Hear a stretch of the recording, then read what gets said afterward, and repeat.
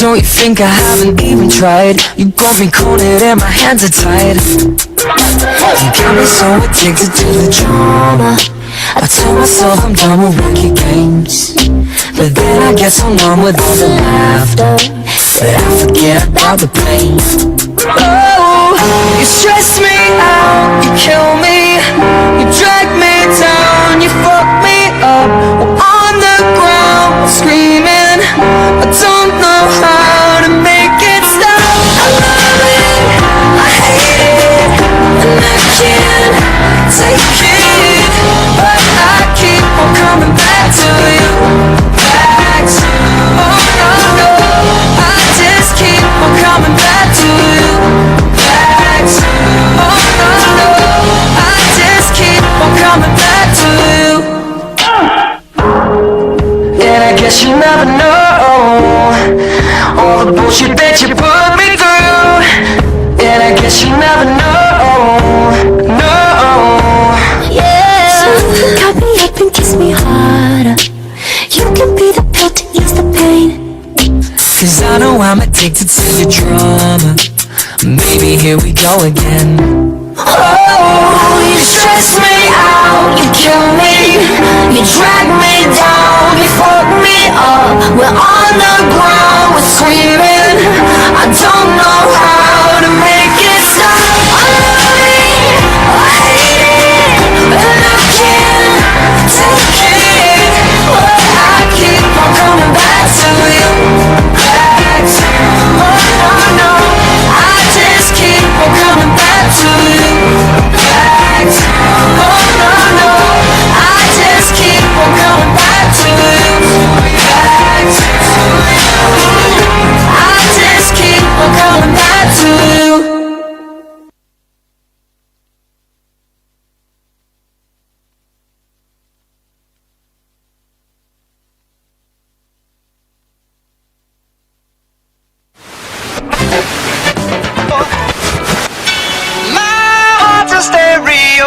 It beats for you, so listen close. Hear my thoughts in every note. Oh, oh. Make me your lady when you feel low. This melody was meant for you. So sing along to my stereo. Class heroes, baby. If I was just another dusty record on the shelf, would you blow me off and play me like everybody else? If I asked you to scratch my back, could you manage that? Like if we had chicken trappy, I can handle that. Furthermore, I apologize for any skipping tracks. It's just the last girl that played me left a couple cracks. I used to, now I'm over that. 'Cause holding grudges over love is ancient artifacts. If I could only find a note to make you understand, I sing it softly in your ear and grab you by the hands. Keep me stuck inside your head like your favorite tune, and know my heart's a stereo, the only place for you. My heart's a stereo. It beats for you, so listen close. Hear my thoughts in every note. Oh, oh. Come on. Make me your radio and turn me up when you feel low. This melody was meant for you, so sing along to my stereo. Oh, oh, oh, oh, oh, stereo. Oh, oh, so sing along to my stereo. Let's go! If I was an old school 50-pound boombox, would you hold me on your shoulder wherever you walk? Would you turn my volume up in front of the cops and crank it higher every time they told you to stop? And all I ask is that you don't get mad at me when you have to purchase Mad D batteries. Appreciate every mixtape your friends make. You never know, we come and go like on the interstate. I think I finally found a note to make you understand. If you can hit it, sing along and take me by the hands. Keep me stuck inside your head like your favorite tune. You know my heart's a stereo, the only place for you. My heart's a stereo. It beats for you, so listen close. Hear my thoughts in every note. Oh, oh, oh. Make me your radio and turn me up when you feel low. This melody was meant for you, so sing along to my stereo. Oh, oh, oh, oh, stereo. Oh, oh,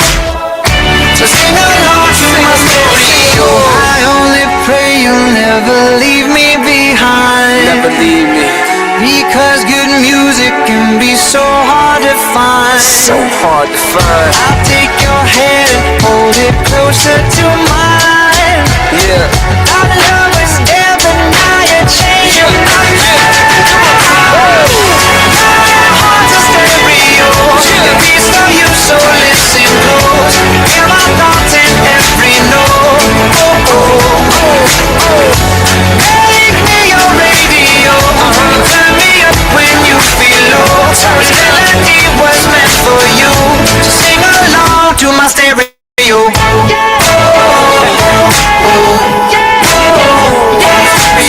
It's your boy Trappy. Gym Class Heroes, baby. Yeah.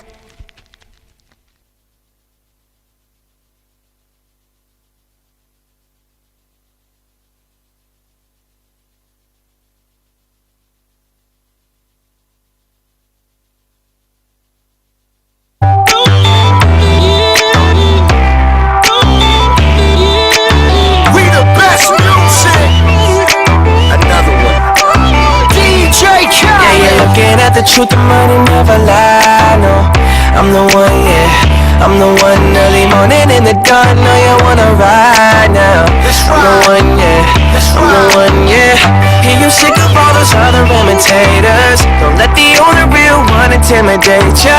See you watching going out of time now. I'm the one, yeah. Ooh, ooh, ooh, ooh. I'm the one, yeah. Ooh, ooh, ooh. I'm the only one. Ooh, ooh, ooh.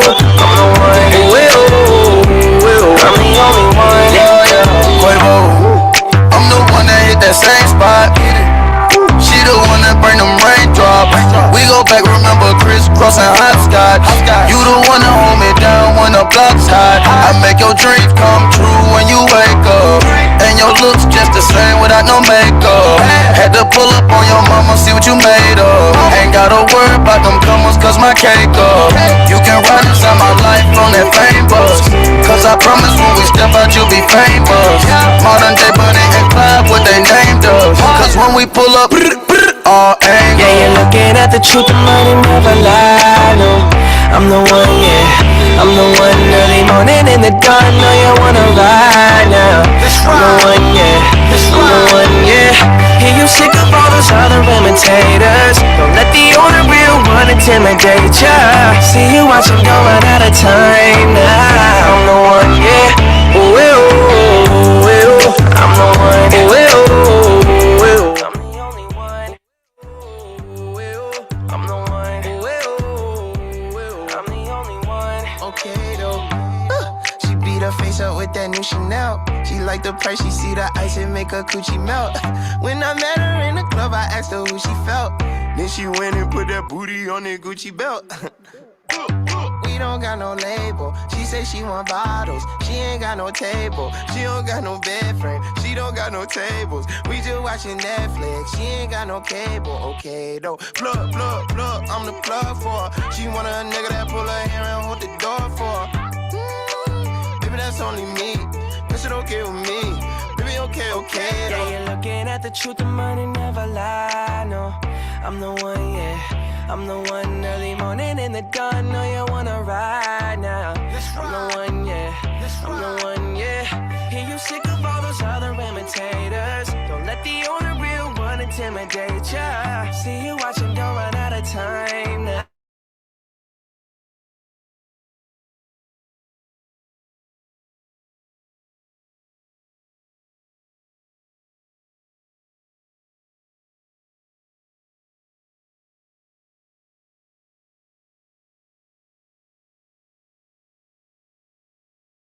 I've been looking for somebody that just in it for me.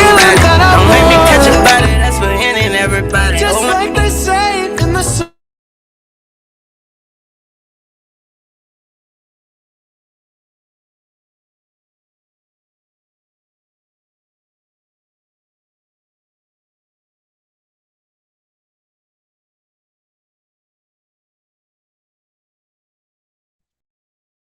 We got this king size to ourselves.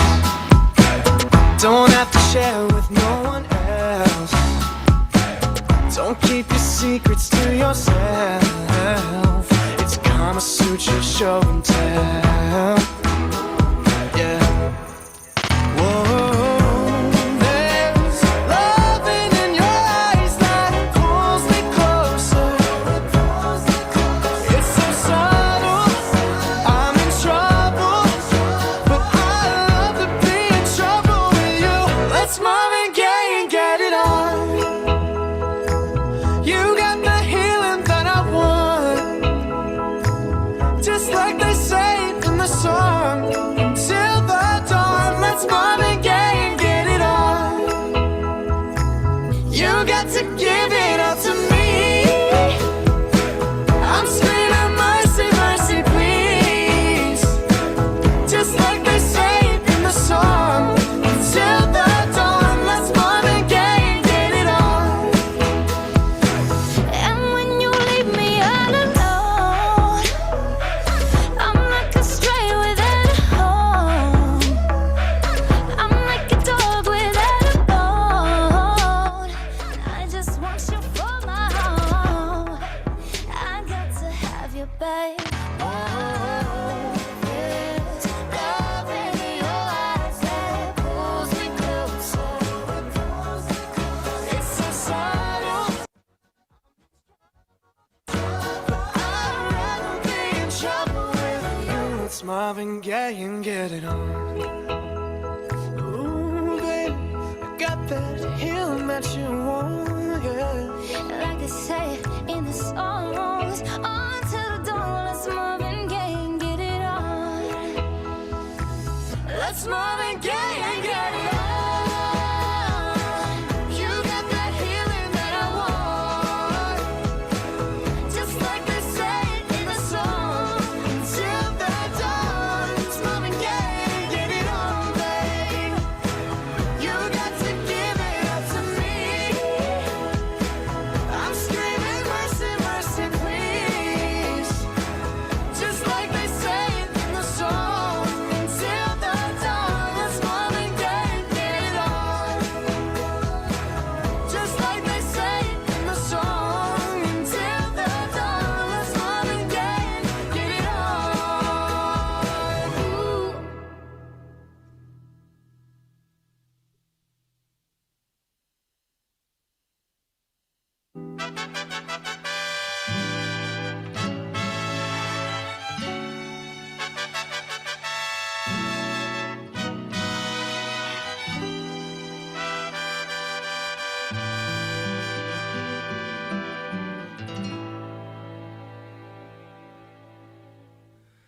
For just a chance to win your heart, you could set the bar beyond the stars. I'll do anything, anything you ask me to. Say you want the moon, watch me learn to fly. Ain't a mountain you could point to I wouldn't climb. It's crazy, but it's true. There's nothing I won't do. I'd risk it all for you. To hold your hand and call you mine. I'm trying to be your man till the end of time. Oh, I'll do anything, anything you ask me to. I would run through a fire just to be by your side. If your heart's on the line, you could take mine. It's crazy, but it's true. There's nothing I won't do. I'd risk it all for you. I would swim across the sea just to show you. Sacrifice my life just to hold you. I could go on and on to prove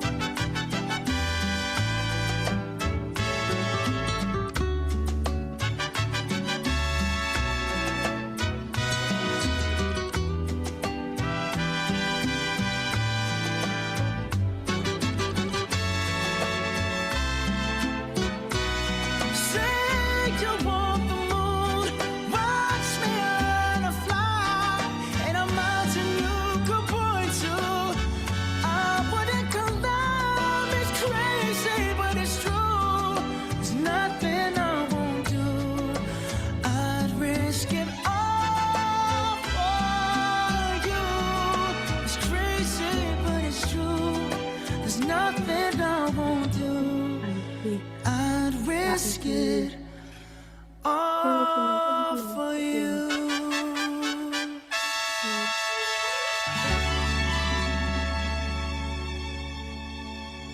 Ano kan? Oh, terus ini. Nak lagi. Hilang.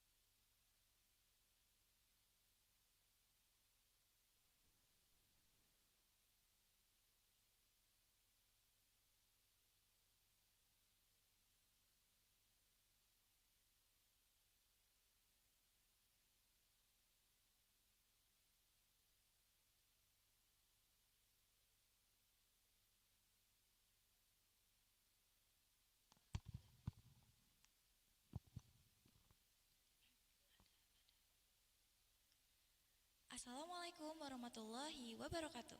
Shalom, Om Swastiastu, Namo Buddhaya. Good morning and best wishes for all of us. Welcome to the International Mlt Sharing Session webinar, proudly presented by Student Association of the Medical Laboratory Technology Department, Health Polytechnic Ministry of Health Jakarta 3. Coming to you live from Health Polytechnic Ministry of Health Jakarta 3 studio, we extend a warm welcome to all of the participants joining us today. Dear the Honorable Director of Health Polytechnic Jakarta 3, Dr. Siti Badriah, MCAP and SSP Capcom, whom we respect First Deputy Director of Health Polytechnic Jakarta 3, Ms. Retno Martini Widiasi, SSI Biomed, whom we respect Second Deputy Director of Health Polytechnic Jakarta 3, Dr. Eviana Sumarti Tambunan, SKP MKM, whom we respect Third Deputy Director of Health Polytechnic Jakarta 3, Ferianda Utami BPO MPH. With respect, we also welcome to all heads of divisions and heads of subdivision of Health Polytechnic Jakarta 3. Respected Head of the Medical Laboratory Technology Department, Dr. Handa Megamirawati Biomed.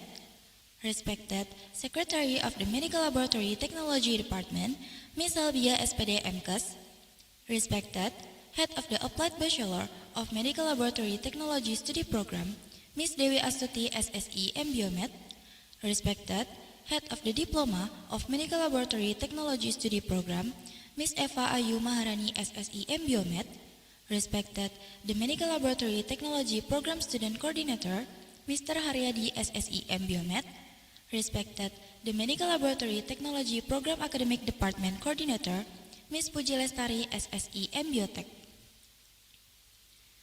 Honoring their presence, we also welcome all heads of sections, heads of subdivisions, and management of the Medical Laboratory Technology Department.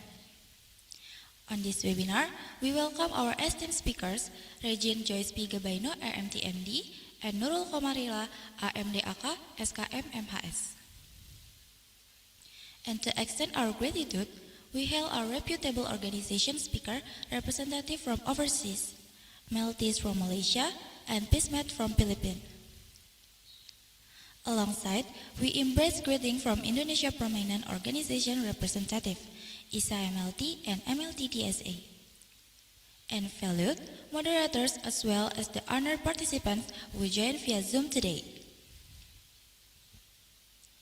My name is Nabila Shifa Nurshiha. It is truly an honor for me to be the master of ceremony of this remarkable event. Previously, I would like to inform you that the participants who have registered for this event have reached as 384 participants. I would like to warmly greet all the participants from Indonesia, Malaysia, Philippines, and the other countries that couldn't be mentioned one by one. Thank you for joining despite the time difference between our countries. Ladies and gentlemen, after the next few hours, this event will provide several opportunities to discuss and explore knowledge based on various perspectives, especially both from academics and the world of organization. Our thoughtful series of events will be filled around this year's theme, Enhancing MLT Professional Competence Through Career and Academic Development. But before the event starts, let me read out the program agenda this morning. There are, first, singing the national anthem of Indonesia Raya. Second, prayer reading. Third, welcome speech. Fourth, first and second speaker session. Fifth, discussion Q&A session. Sixth, third speaker from PISMET. 7, break time. 8, ice breaking. 9th, speaker from LTS UCMI. 10th, speaker from MLT DSA. 11, sixth speaker from ISA MLT. 12, discussion of organization. 13, quiz. 14, winner announcement for the quiz winner and best participants. And lastly, closing ceremony. Dear participants, before we begin our first session, we would like to show you the rules of this event. Please pay close attention and kindly follow them.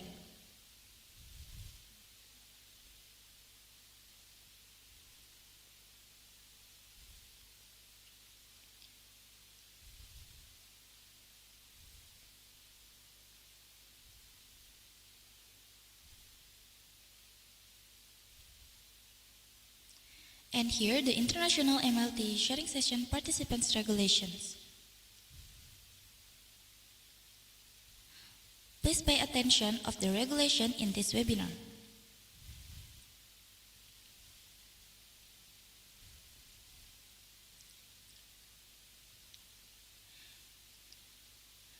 Requirement for certificate. Please share this poster and broadcast of this event to social media group that you have, like WhatsApp, Facebook, Telegram, Line, etc. Please subscribe our YouTube channel, HMJTLM Poltekkes Kemenkes Jakarta 3, and don't forget to prepare the screenshot for the evidence of registration.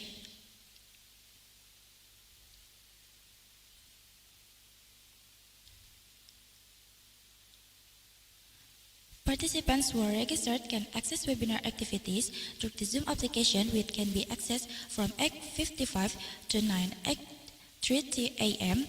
with the Team link provided.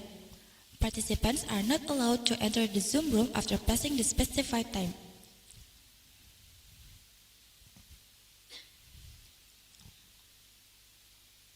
For participants who cannot access this webinar via the Zoom application due to several reasons, our committee provides a live streaming of YouTube on the channel HMJTLM Kemenkes Jakarta 3.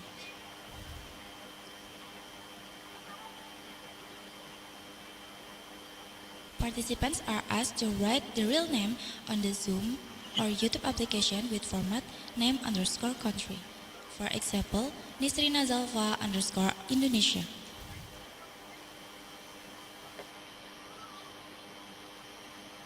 all participants are required to wear formal clothes and activate the video meeting on the Zoom application in the opening and close part of the webinar.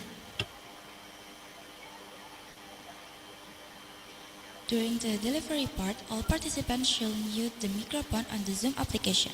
Video meeting can be used if needed.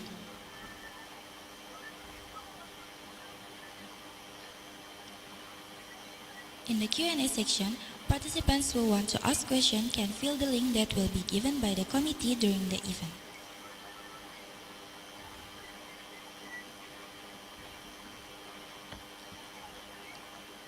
Please don't use the chat or comment feature of the Zoom and YouTube application if the moderator doesn't allow it.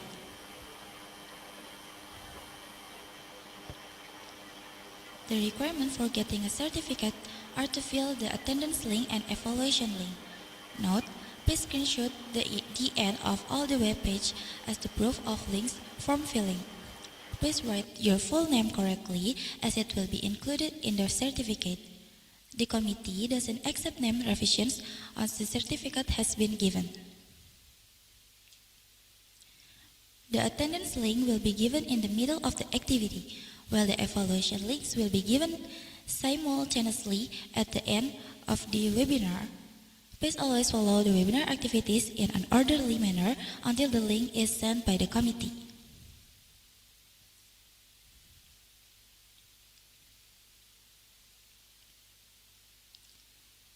Thank you for your attention and enjoy the webinar!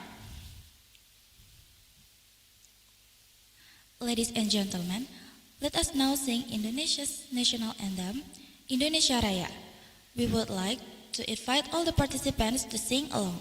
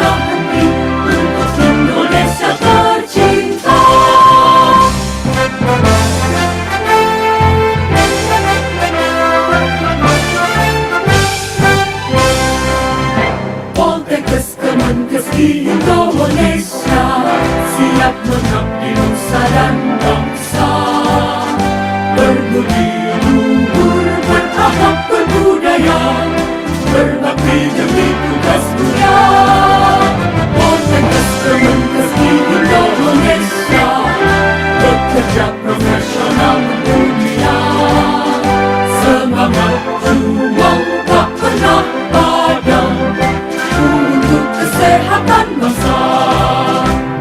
Siap melangkah untuk berbakti di Dharma sebagai pedoman kami. Membangun ibu pertiwi tak pernah henti untuk Indonesia tercinta. Oleh Kemenkes hebat, Indonesia sehat.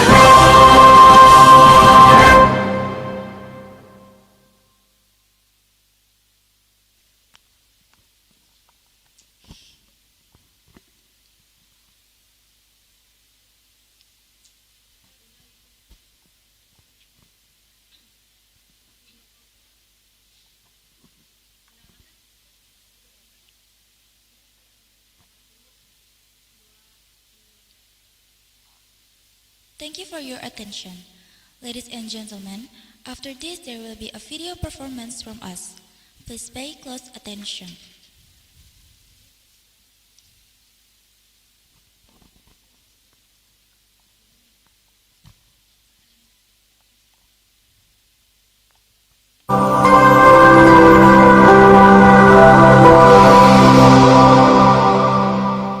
Assalamualaikum warahmatullahi wabarakatuh.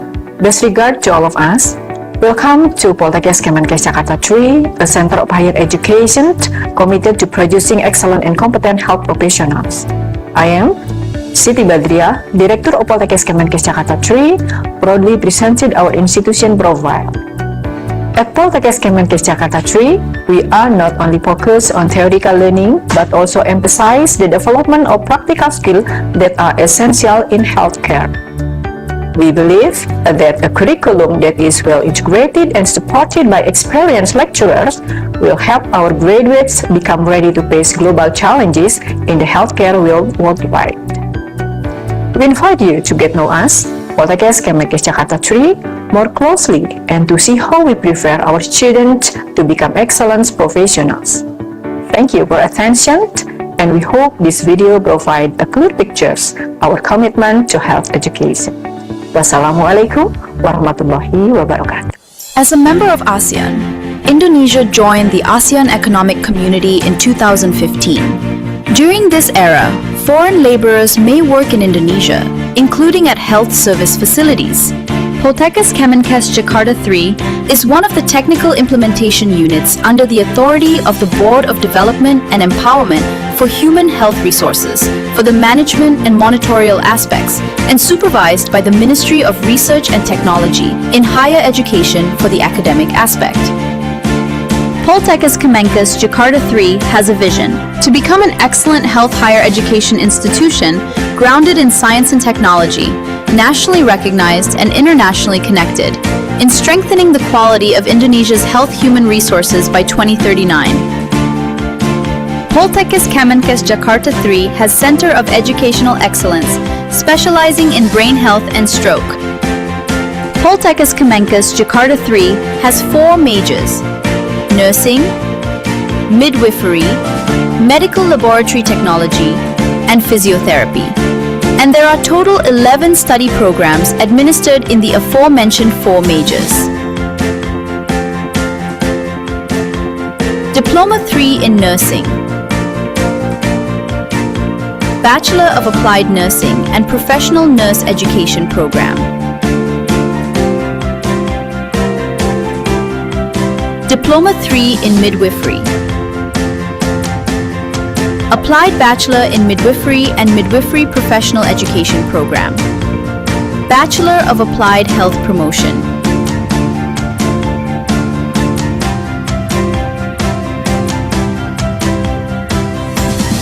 Diploma 3 of Medical Laboratory Technology. Study Program of Medical Laboratory Technology.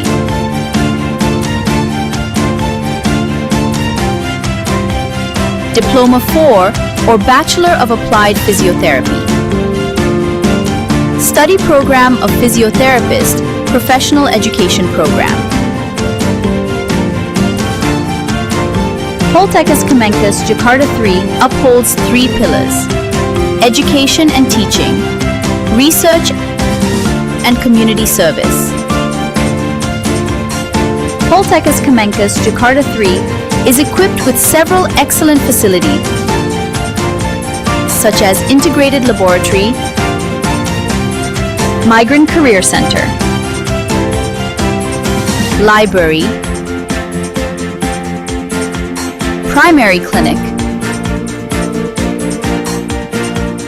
computer-based test laboratory, informal meeting garden, pray room, canteen, mini market, hydroponic garden, and tutorial corners. Partnership. Poltekkes Kemenkes Jakarta 3 continues to strengthen partnerships and collaborations with various national and international institutions to support education, research, innovation, and healthcare development. Beyond academic excellence, Poltekkes Kemenkes Jakarta 3 continues to strengthen its role in supporting national health transformation and community-based healthcare services in Indonesia. Through its international class program specializing in German and Japanese language-based nursing education, Poltekkes Kemenkes Jakarta 3 prepares globally competitive healthcare professionals equipped with international communication and professional healthcare competencies. In collaboration with KP 2MI and the Ministry of Health through the Me Care program, Poltekkes Kemenkes Jakarta 3 supports students through financing assistance, foreign language training, and access to international career opportunities. Poltekkes Kemenkes Jakarta 3 actively contributes to national health programs through integrated health screening activities and community services in collaboration with local healthcare centers as part of the Satu Sehat initiative.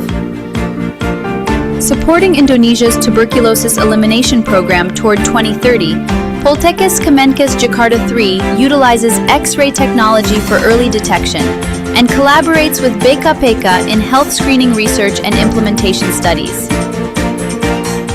These innovations and public service contributions have led Poltekkes Kemenkes Jakarta 3 to receive the National Clean and Serving Bureaucracy Award, or WBBM, in March 2026.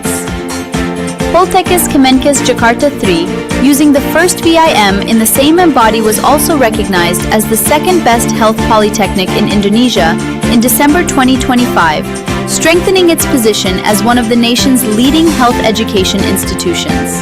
Achievements.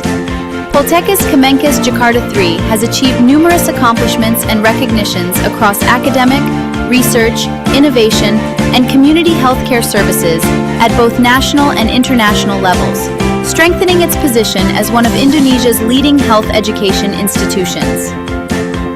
Poltekkes Kemenkes Jakarta 3, Maju, Sejahtera, Mendunia.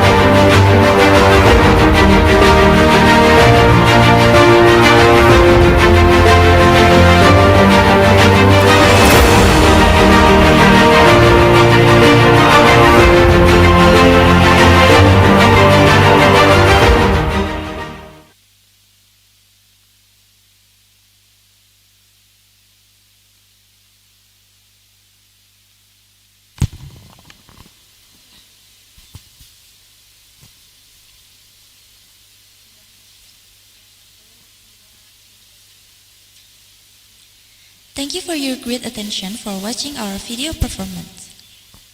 First of all, let us thank God Almighty who has given us blessing and mercy so that we can gather in this event. I hope all attendees are in good health and high spirits. Before we start this event, let's pray according to our respective belief. The prayer will be led by Dafa. May God make this event useful for all of us, and the event will be run smoothly and conducive. For Dafa, the time is yours.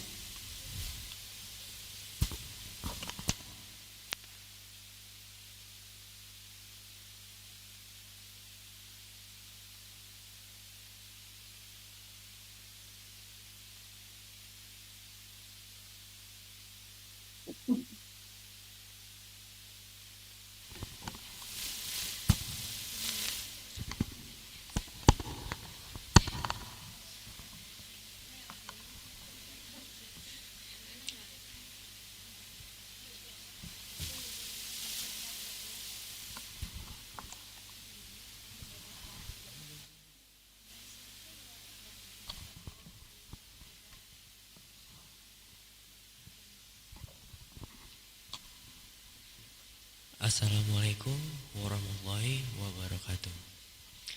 This prayer we read in Islam, for others can adjust to their respective beliefs.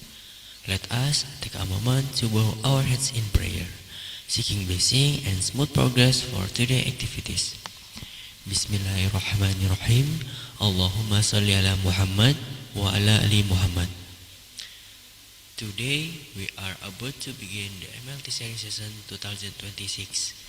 With full humility, we seek your permission and blessing. Please guide our step, bless our efforts, and make all that we do today count as acts of worship, source of beneficial knowledge. Allah, you are the one who unites hearts, strengthen the bonds among us. Protect us from any divisions and make your unity a source of greater benefit for our religion, our nation, and our people. Allah, you are the most forgiving. Forgive our sins, the sins of our parents, our leaders, our warriors, our predecessors, and the entire community. Envelop us all in your mercy and forgiveness. Allah, you are the one who hears and answers every prayer. Please accept and grant our supplication. Rabbana atina fid dunya hasanah wa fil akhirati hasanah wa qina azabannar. Subhana rabbika izzati amma yasifun wa salamun alal mursalin walhamdulillahi rabbil alamin. Amin ya rabbal alamin. Wassalamualaikum warahmatullahi wabarakatuh.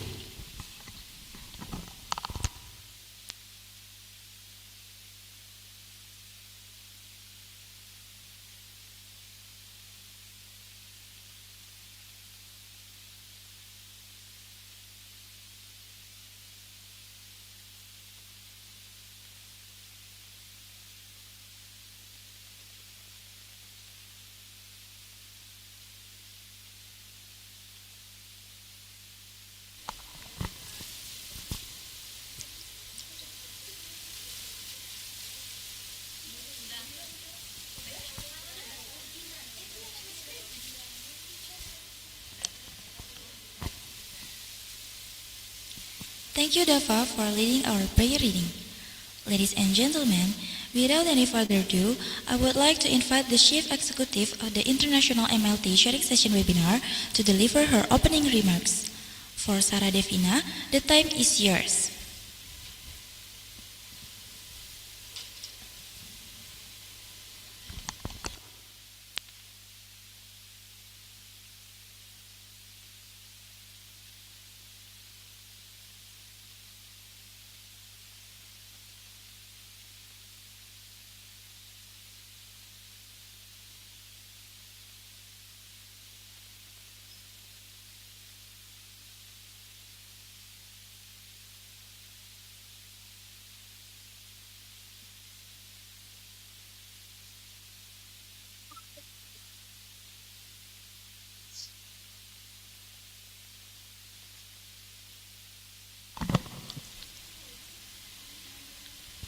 Assalamualaikum warahmatullahi wabarakatuh. Shalom, Om Swastiastu, Namo Buddhaya.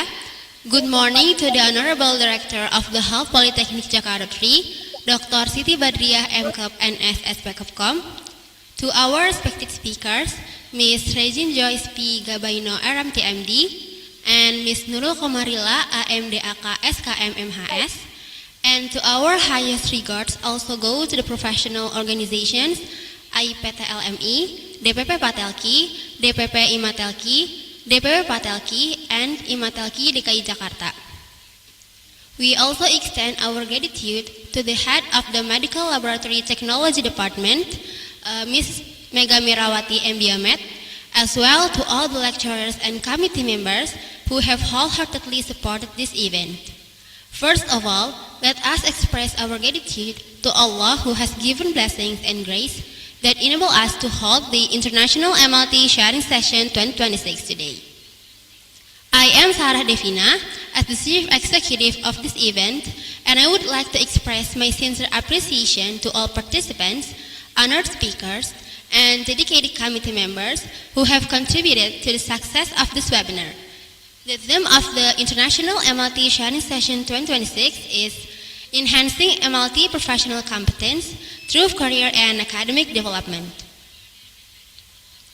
This International MLT Sharing Session 2026 aims to serve as a platform for knowledge sharing, broadening perspectives, and enhancing the competencies of students as well as medical laboratory technologists in responding to the evolving healthcare landscape at both national and international levels. Through collaboration with distinguished speakers from Indonesia and abroad, this session provides valuable insights into professional development, career opportunities, and future academic and professional pathways in the field of medical laboratory technology. We hope that this session will inspire participants to become more professional, competent, and globally competitive medical laboratory technologists who are ready to contribute to the advancement of healthcare services. This webinar will be run online through the Zoom platform and live on YouTube. We sincerely hope this event runs smoothly and brings valuable benefits to everyone involved. Lastly, we sincerely apologize for any shortcomings or inconvenience that may have occurred throughout this event.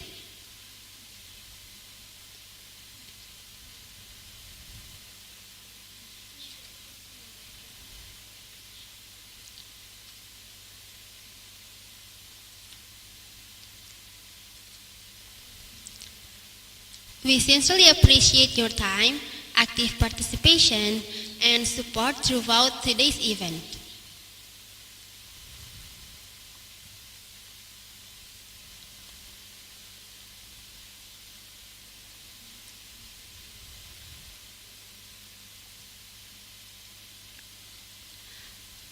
Thank you for being a part of this meaningful session.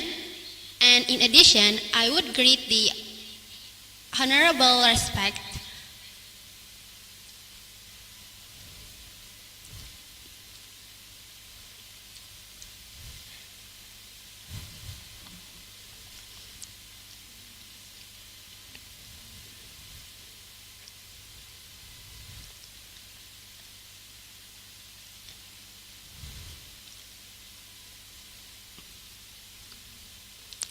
for me.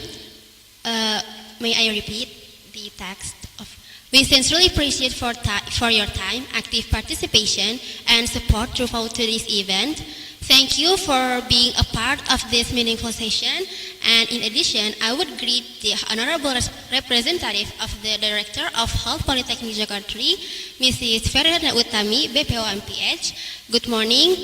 Wassalamualaikum warahmatullahi wabarakatuh.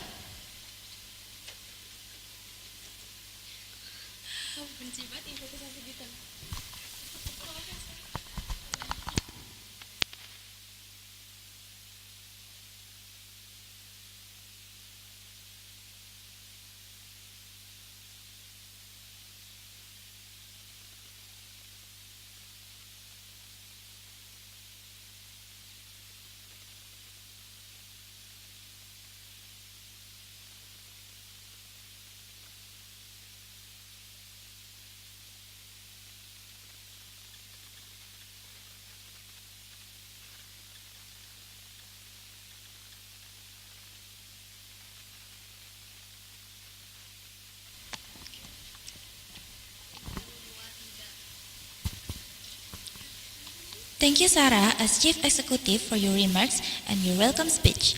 Next, let's look at remarks for the representative of Director of Health Polytechnic Ministry of Health Jakarta 3, Ms. Verianda Utami, BPO MPH. For the Honorable Ms. Verianda Utami, BPO MPH, the time is yours. Yeah. Hello, can you hear my voice clearly? Yes, Miss. Okay.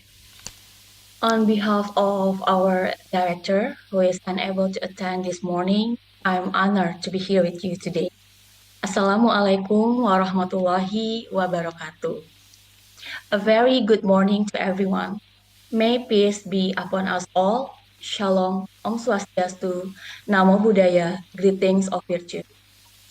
To distinguish Ibu Salbiah SPD MKes, Secretary of the Department of Medical Laboratory Technology, our distinguished speakers, Ms. Regine Gabaino, RMT, MD from Philippines, and Ms. Nurul Komarila, AMD, aka SKM honorable representatives of our partner student organizations, Student Association of Medical Laboratory Technology, Department from Poltekkes Kemenkes Jakarta III, Indonesia, Indonesian Student Association of Medical Laboratory Technologies, or IMATELKI, Medical Laboratory Technology Association from UCMI in Malaysia, and FISMET, Philippine Society of Medical Technology Students, to unite medical technology students across the Philippines. To esteemed lecturers, members of the organizing committee from Student Association of Department of Medical Laboratory Technology of Poltekkes Kemenkes Jakarta III, and all participants joining us today, both here at the studio and online via Zoom and YouTube Live. Ladies and gentlemen, first and foremost, let us express our deepest gratitude to Allah Subhanahu wa Ta'ala, the Almighty God, for His countless blessings, granting us the blessing of good health and the chance to gather together today with gratitude and joy. It is a great pleasure to welcome all participants to the International MLT Sharing Session 2026. Even though many of us are connecting from different institutions and countries today, these events bring us together on one platform to exchange knowledge, strengthen professional networks, and foster international collaboration. On behalf of the leadership of Poltekkes Kemenkes Jakarta III, I would like to express my sincere appreciation to HMJ TLM, student associations from Department of Medical Laboratory Technology, for your genuine initiative and dedication in organizing this meaningful international event. This program bring us not only the creativity and professionalism of our students, but also showing your leadership, commitment, and readiness to engage international collaboration. This initiative demonstrates that our students are ready to contribute to the global academic and professional community. Distinguished ladies and gentlemen, medical laboratory technology is always evolving faster than ever before. New technologies are changing the way laboratory professionals work, making healthcare more accurate, efficient, and patient-centered. As future medical laboratory technologists, you will need more than technical expertise. You will need adaptability, effective communication, and lifelong commitment to learning. This is precisely why today's theme, Enhancing MLT Professional Competence through Career and Academic Development, is actually both timely and highly relevant. So I hope through today's discussions, participants will gain practical insights into international career opportunities in medical laboratory technology, also the pathway for continue your postgraduate education, and the important role that student organizations can actually play in fostering international networking and collaboration. I also would like to express our genuine appreciation to our distinguished speakers for generously sharing your knowledge and experiences with us today. To Ms. Regine Gabaino from Philippines, who will discuss about global career opportunities for medical laboratory technologies, and Ms. Nurul Komarila, who will share the vital outlooks about strategic pathway for further academic development. We are equally grateful to our partner organization from Indonesia, Malaysia, and Philippines for joining this initiative. Your participation shows strengthening the bonds of friendship, promotes regional collaboration, and inspire future healthcare professionals to be able to learn from one another across borders. Dear students, I encourage each of you to make most of today's opportunity. Please listen carefully, participate actively, ask thoughtful questions, and take this opportunity to build meaningful professional connections. Remember that becoming an excellent medical laboratory technologist is not defined solely by technical expertise. It also requires integrity, adaptability, curiosity, and genuine commitment to improve health and well-being of communities we serve. Finally, I would like to once again express my sincere appreciation to organizing committee, our distinguished speakers, our partner organizations, our faculty members, and all participants for making this international event possible. With the blessing of Allah Subhanahu wa Ta'ala, I hereby declare that International MLT Sharing Session 2026 officially open. Thank you very much for your attention. I wish you all an engaging in discussion, meaningful learning, and every success in your future academic and professional journeys. Wassalamualaikum warahmatullahi wabarakatuh. Om Shanti Shanti Om Namo Buddhaya.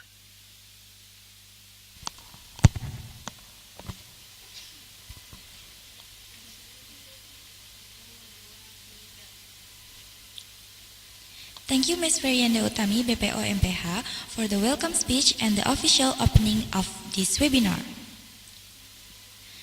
Before we proceed on to the next section, we will take a moment for documentation.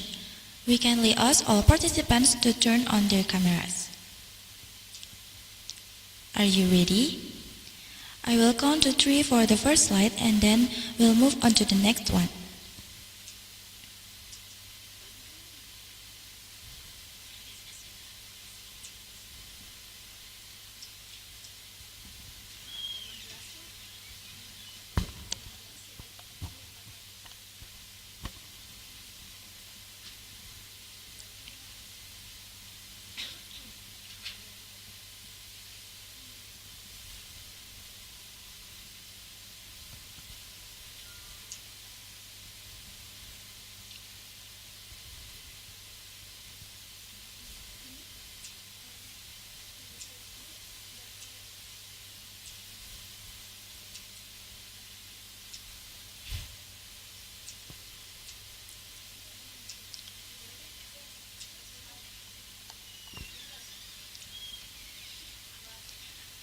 Are you ready? 3, 2, 1. For the second slide. 3, 2, 1. Next slide. 3, 2, 1. Next slide. 3, 2, 1. Next slide. 3, 2, 1. Next slide. 3, 2, 1. Next slide. 3, 2, 1. Next slide. 3, 2, 1. Next slide. 3, 2, 1. Next slide. 3, 2, 1. Thank you so much to all the participants and our wonderful IT team for your support. Before we move on to our main event, let's take a look at the video flashback from the Sharing Session 2025.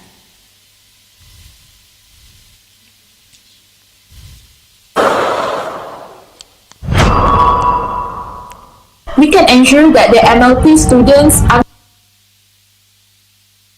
understand their role in a...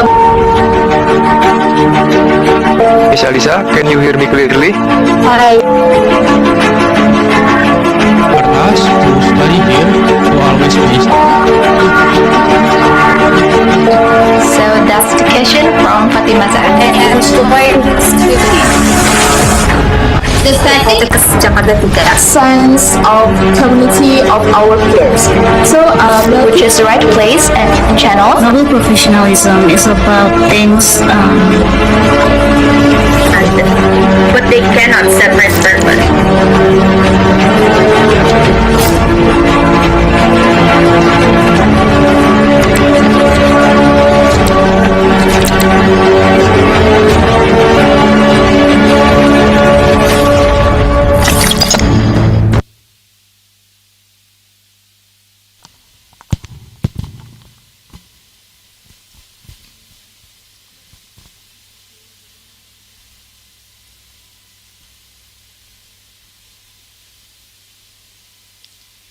How spectacular the event we had last year!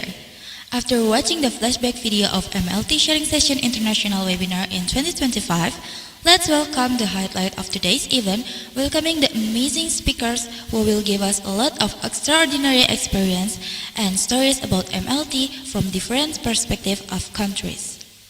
For the first session, we'll be guided by our moderators. Dear Kailila, the time is yours. Thank you, MC.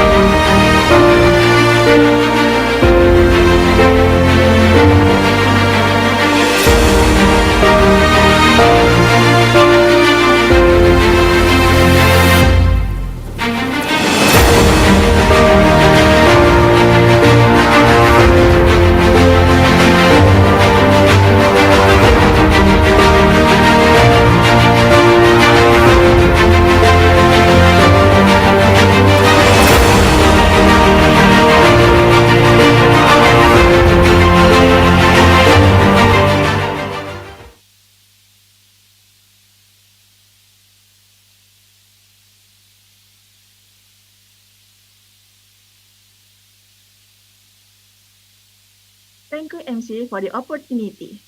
Good morning, ladies and gentlemen. Thank you for joining today's webinar. I would like to welcome all participants of the International MRT Sharing Session Webinar 2026. Before we start, I would like to proudly introduce myself. My name is Kailila, as Medical Laboratory Technology student of Poltekkes Kemenkes Jakarta 3, and I will be the moderator for the first topic of today's webinar.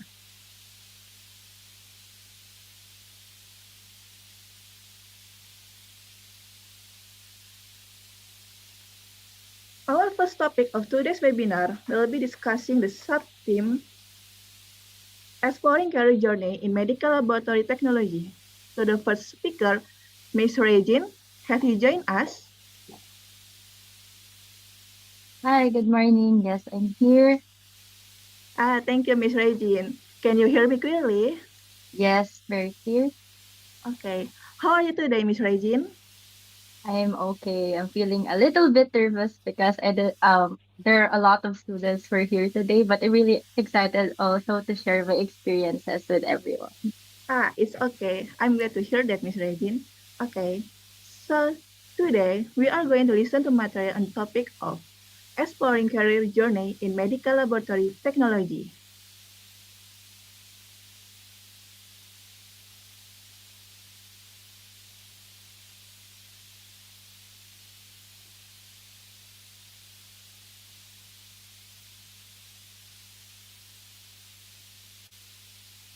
Hmm.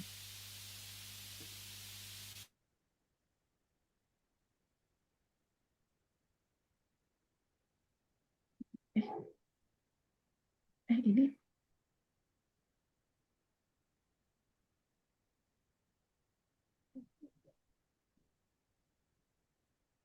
ini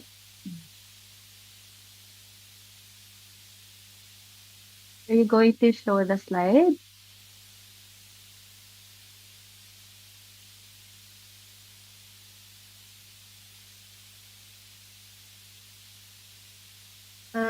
please, pardon me, Miss Regine. Please hold a minute because our bad connection. Thank you. All right, thank you.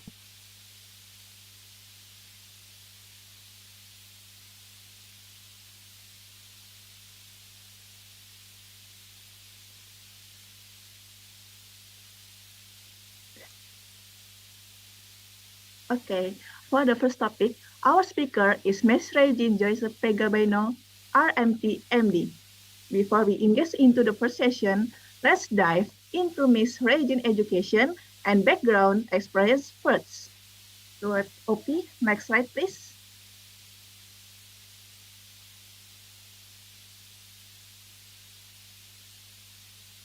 Okay, next slide.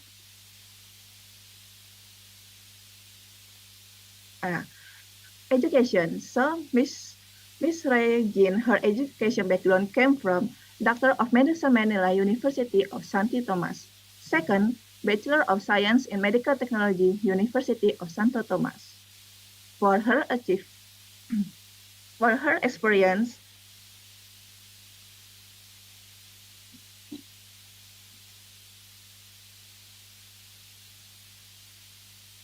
for her experience also cover on certain positions such as senior or senior host officer Veterans Memorial Medical Center May 2025 until April 2026.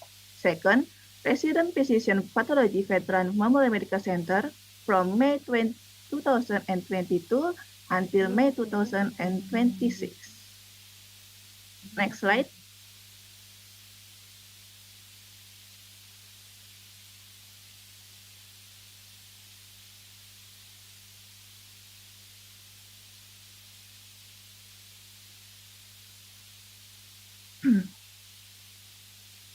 This Regine experts is from biomedical science such as anatomy, physiology, and pathology. Second, immunohistochemistry and histopathology techniques. Third, cytopathology, pap smear, FNAB, body food analysis. Fourth, case presentation and data analysis. Fifth, communication. Six, reports building. Six, computer literate such as Excel, Word, Canva, PowerPoint, Adobe, Google, and Zoom. And the last, event planning.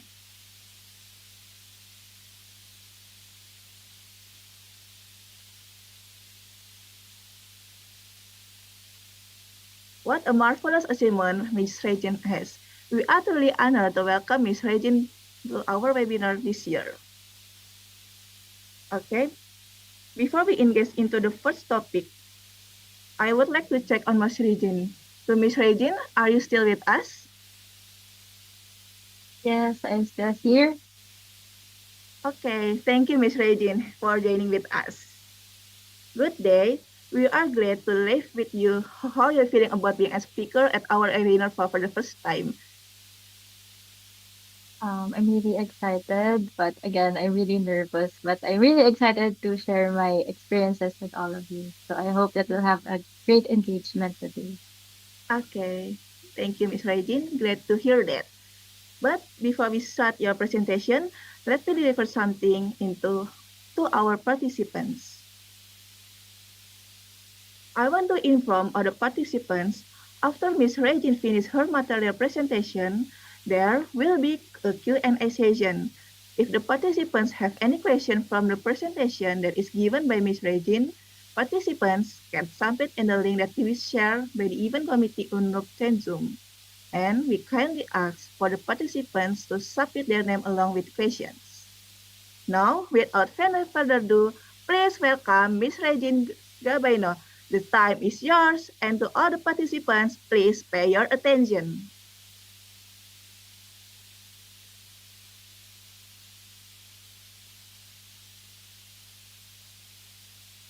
Hmm.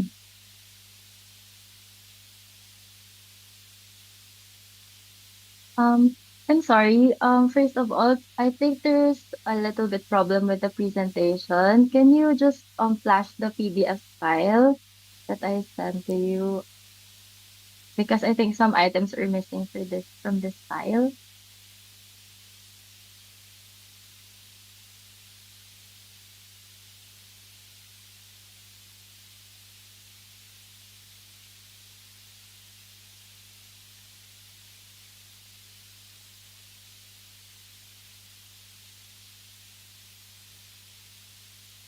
Pardon me, Ms. Regine. We will adjust your presentation. Please hold a minute, please. All right. Thank you.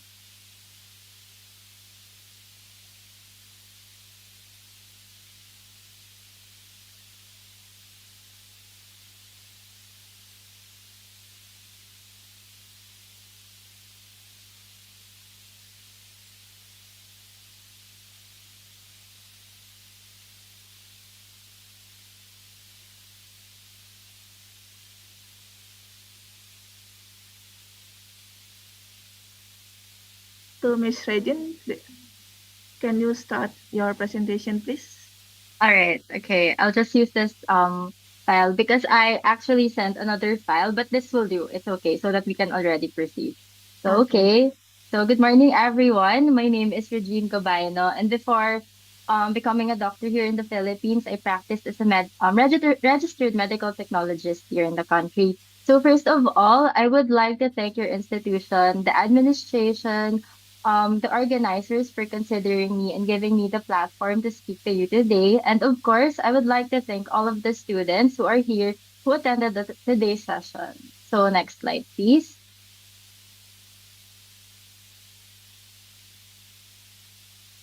Hmm.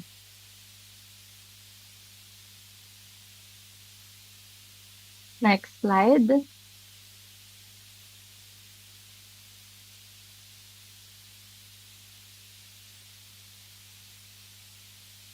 Can you hear me?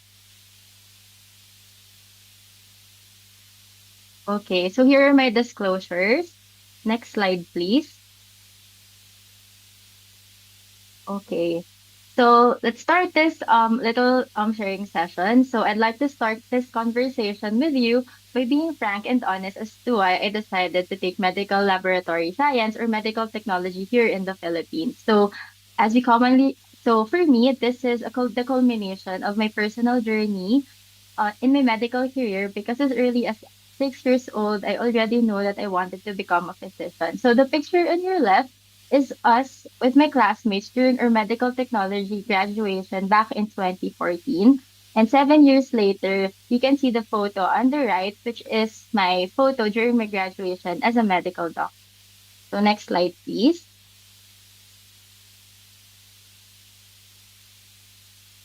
So um, what I'm trying to say here is that the career in medical technology is not limited to us working in the laboratory. It can actually offer so many things in terms of career options. And as a matter of fact, some of my classmates have taken other careers aside from working in the laboratory.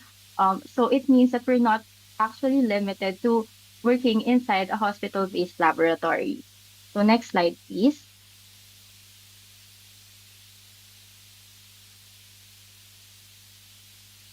Okay. So I guess the most apparent opportunity for us is to work inside a laboratory, whether it is a hospital or a research-based laboratory. So I would say that both setting would offer endless opportunities. Next slide. Okay, so here in the Philippines and in most Asian countries, I believe, the medtech degree is a four-year program. So here in our country, the first 3 years is focused on studying the governing laws related to medical technology practice and strengthening the foundation of diagnostic medicine. The final year is the most exciting part for me because it is the time wherein we are exposed to the different laboratory sections in the hospital.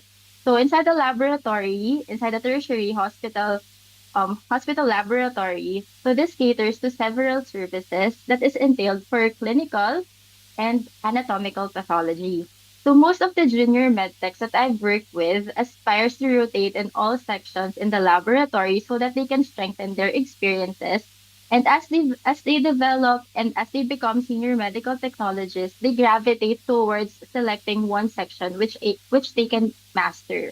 And in anatomical pathology, as you can see, this includes the histotechnologists and the cytologists as the core members. So when you're under histotechnologist and when you are a histotechnologist and a cytologist, this particular role requires mastery of certain skills like tissue processing, which starts from the tissue embedding, ribbon cutting, and slide preparation, and the performance of other special testing, such as immunohistochemistry testing, which actually opens so much opportunity because having this particular skills would really be an advantage if you wanted to explore this particular um, specialty.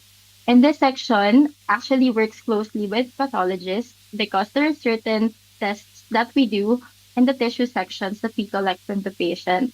And lastly, the pathology assistant is actually another path that you can consider, especially if you are more interested in the gross examination of tissue specimens.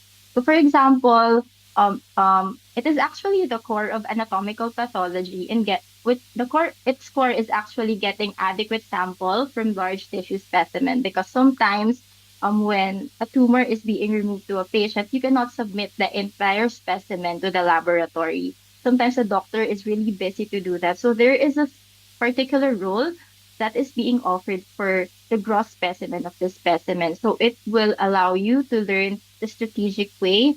It is a more specialized training that will offer you to do this gross um, examination in behalf of the pathologist. So as far as I know, pathology assistant is more available or is a practice that is more open in countries like United States. And when you go to the United States, you still need to acquire additional years of training and studying to become a pathology assistant. Next slide, please.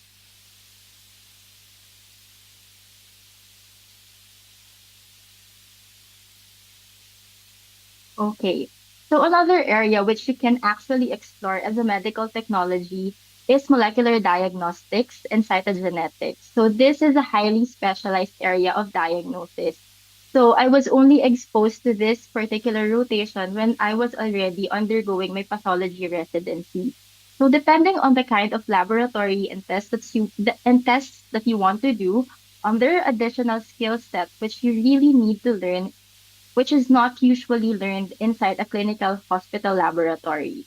So for genetic testing or infectious disease centers, which is the trend nowadays is molecular. So you really need to be able to learn how to perform specialized tests like PCR and the NGS. The competition is really high for this one because there are also other degrees that they're open to. For example, chemists. There are also molecular biologists who can perform this. So uh this is something that is you need to really push for if this is your interest. So also in highly specialized oncology centers, they also offer specialized testing like flow cytometry for hematologic cancers and FISH, or FISH is fluorescent in situ hybridization test, which is used to identify um, genes, which can be a driver for tumorigenesis. So this test can also not offer diagnosis but guidance for treatment. So in this particular slide, this picture here is an example of a fish testing that is done on breast cancer cells to determine an overexpression of a certain gene. That gene is called HER2/neu. So the HER2/neu is represented in these cells by this red signal. So ideally, in normal cells, the number of the red signals is not as many as this one. It should be close to the probe, which is the green one. So it means that there is overexpression, there is increased expression of the HER2 gene. So what does this mean? This the breast cancer of this patient is driven by HER2, and then the good thing about this is that there is a certain treatment that the oncologist can give if this particular gene is overexpressed in the breast cancer of this patient. So these are some of the opportunities that you can look to aside from the usual clinical laboratory setup. It would require again additional testing, but I think acquiring these skills would really leverage your advantage in the medical technology career. Next slide, please.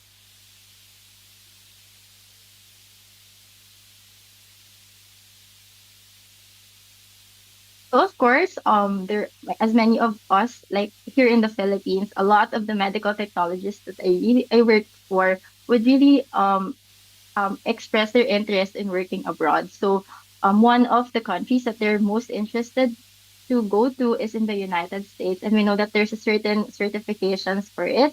So that is ASCPI for international students. So in the country, Indonesia is considered as a low middle income country. So instead of paying $260 for the testing, you actually get um lower amount for the test, which is $95. So that is an advantage for you guys.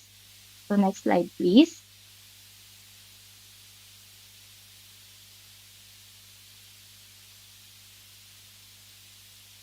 Okay, so if you're really interested in becoming a medical technologist abroad or specifically in the USA, there are several pathways that you can take. However, I will only focus today on the first two pathway because I believe that these are the most common pathway that is taken by the medical technologists that I've worked with. So next slide, please.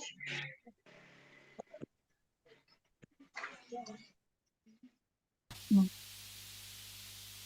Okay, so path one is for MLS graduate with who are able to complete uh, an acceptable training program. So by that, it means that the MLS graduate must be a graduate of an approved educational training institution that is evaluated by an acceptable foreign transcript evaluation agency.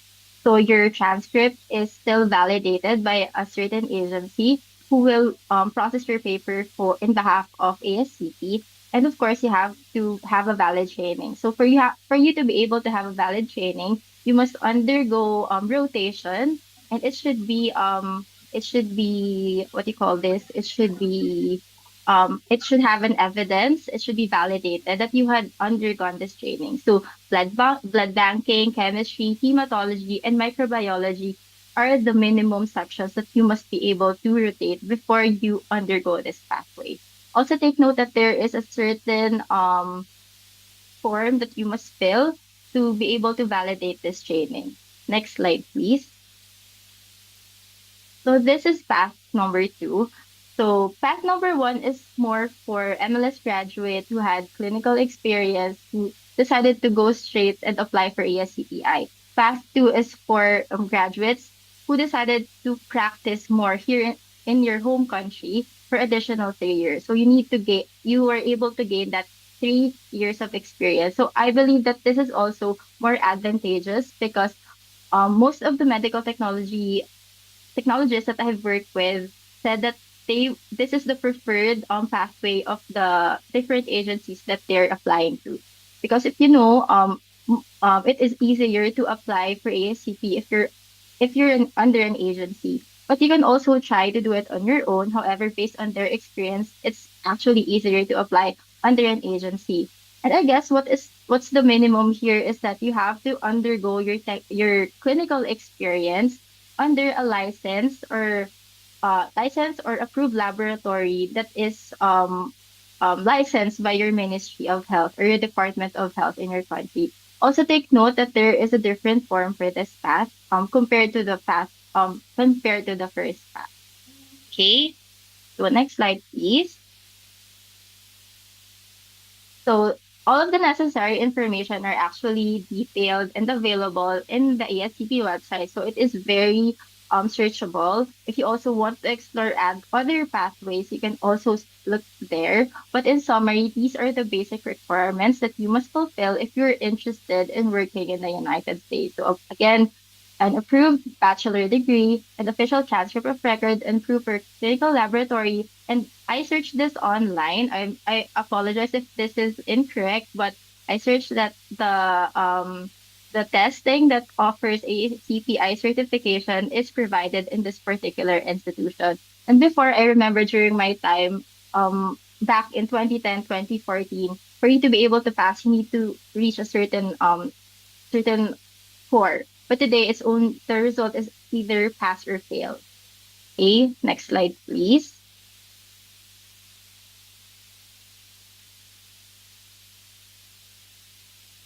Okay.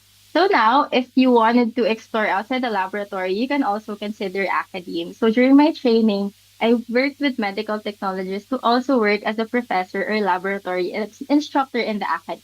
So I asked one of the staff before on how she does it because it's really difficult to balance working as a laboratory and teaching a lot of students. So this is what she told me that keeps her motivated in teaching in the academe. So you must have a passion for teaching, thirst for knowledge because that is actually the core of education, inspire future medical technologists, and you must be able to develop efficiency and time management because this is having two jobs at the same time would really require so much of your time and effort. So this is something that you should be able to develop personally. Okay, next slide, please.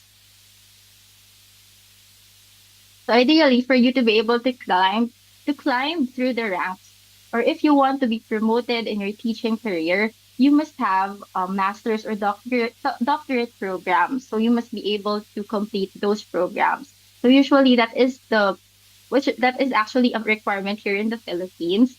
So this I listed here some of the master's and doctorate programs that's actually available in the Philippines. And as far as I know, these are also open for international graduates. So you can undergo master's program for medical technology, or if you're more interested in public health and epidemiology and research, you can also take this particular program. There's also an another program for medical management and hospital administration, especially if you're more inclined with administrative work in the hospital. And then I know professors who take masters in relation to their favorite subjects in medical technology, such as parasitology and microbiology. So these programs are actually available here in the Philippines, and some of the schools that I listed here, I know offers these programs for international graduates. And the reason why I included WHO is that I have a friend who's actually a medical technologist. She tried she tried entering med school. However, her interest in public health is more is heavier for her, so she decided to go back and study public health and epidemiology, and now she's working in World Health Organization. So that is something that if you can explore if you're interested in public health and in making policies about health. So those are the options that you can also explore. Next slide, please. So Excuse these me, are Miss Regine. yes. Excuse me, Miss Regine. Mm-hmm. I'm truly sorry for interrupting your presentation, but allow me to remind you that you only have 5 minutes left for your presentation. Thank you in All right. advance. Thank you. Okay, so I'm gonna make this really quick. So other related opportunities that you can explore are actually corporate roles. So you have field product specialist and sales representative if you want to work in a multinational biotechnology company. You can also do virtual roles like healthcare assistant. So I know some of the medtechs who does this because they're starting families, so they need a more flexible work. Okay, next slide, please. So of course, lastly, you can opt to become a physician like me. So I think the obvious path is actually entering pathology. However, I would tell you that some of my classmates are already neurosurgeons, internists. A lot of them are in surgery. So being a medical technology who transition to becoming a doctor doesn't limit you to taking pathology. That is just based on what really interests you. Okay, next slide, please. Okay, so this was me when I took up my examination as a doctor, and this the picture on the right most is me after graduating pathology residency. So in between, there's a lot of reporting and testing that you must endure to become a pathology doctor. Next slide, please. So again, working in healthcare means willing to commit to lifelong studying, and missing family gatherings, and offer a piece of yourself to help others. But at the end of the day, the catalyst of your dream is your willingness to do this thing. Next slide, please. So this is just a summary of the skills and qualities of medical laboratory technologists. So this is lifted from the University of Antigua. So these are the different characteristics that you must acquire as a medical technologist. So as you can see, this is not listed in a priority manner because these are characteristics that you must acquire altogether for you to be able to become an efficient medical technologist. But at the end of the day, you really need to acquire or you really need to protect your integrity as a medical technologist so that you can perform your job properly. Next slide, please. So now that you have your skill set, what else do you need to prepare for? So your success begins in you, and it's not only about your academic performance, but always remember to develop your personality because your personal and professional relationship would matter in the long run. Next slide, please. Okay, so there's let's just proceed to the next slide, please. So I during my career I had a very unconventional path. So when I graduate as a medical technologist, my first role is actually in neurophysiology. So I was an EEG tech. However, after experiencing that role, I decided to proceed to medical technology and then enter med school. And after completing my med school, I took a pathology residency, and now I'm working in one of the major biopharmaceutical company, which is a global company. So I just started working there. So as you can see, my path is really it's not as straight as it seems, but really led me to a career that I'm really hoping for. Next slide, please. So I guess sometimes we would real feel really lost. Next slide, please. But what I would suggest is that you would stop to think and then relax and enjoy, because this is we all have our own personal journey, so you have to really invest on what you really want to do for yourself. Next slide, please. And now need to always surround your self with people who really matters and who would really give good opinions to you, so that you can always gravitate to what's really best for you. So you have your family, your friends, and it's important to have a mentor in the career. Next slide, please. So you're now a man of science, so you should never stop learning. Next slide, please. So finally, I would like to remind you wherever life takes you, always do your best. And now that you have committed to this profession, all of you are now my colleagues. So congratulations for taking the courage, for taking this path. And I hope that you find your purpose in medicine and take pride in your career as a medical technologist. So many people will not see us because we work in a laboratory, but that's okay. So remember that our role is vital in patient management. So we are essential in making the diagnosis so that the doctor can treat the patients better. So again, thank you everyone and have a great day. Thank you, Ms. Regine. That was a very inspirational, very comprehensive and informative presentation that you present. Now, ladies and gentlemen, we are going to the Q&A sessions.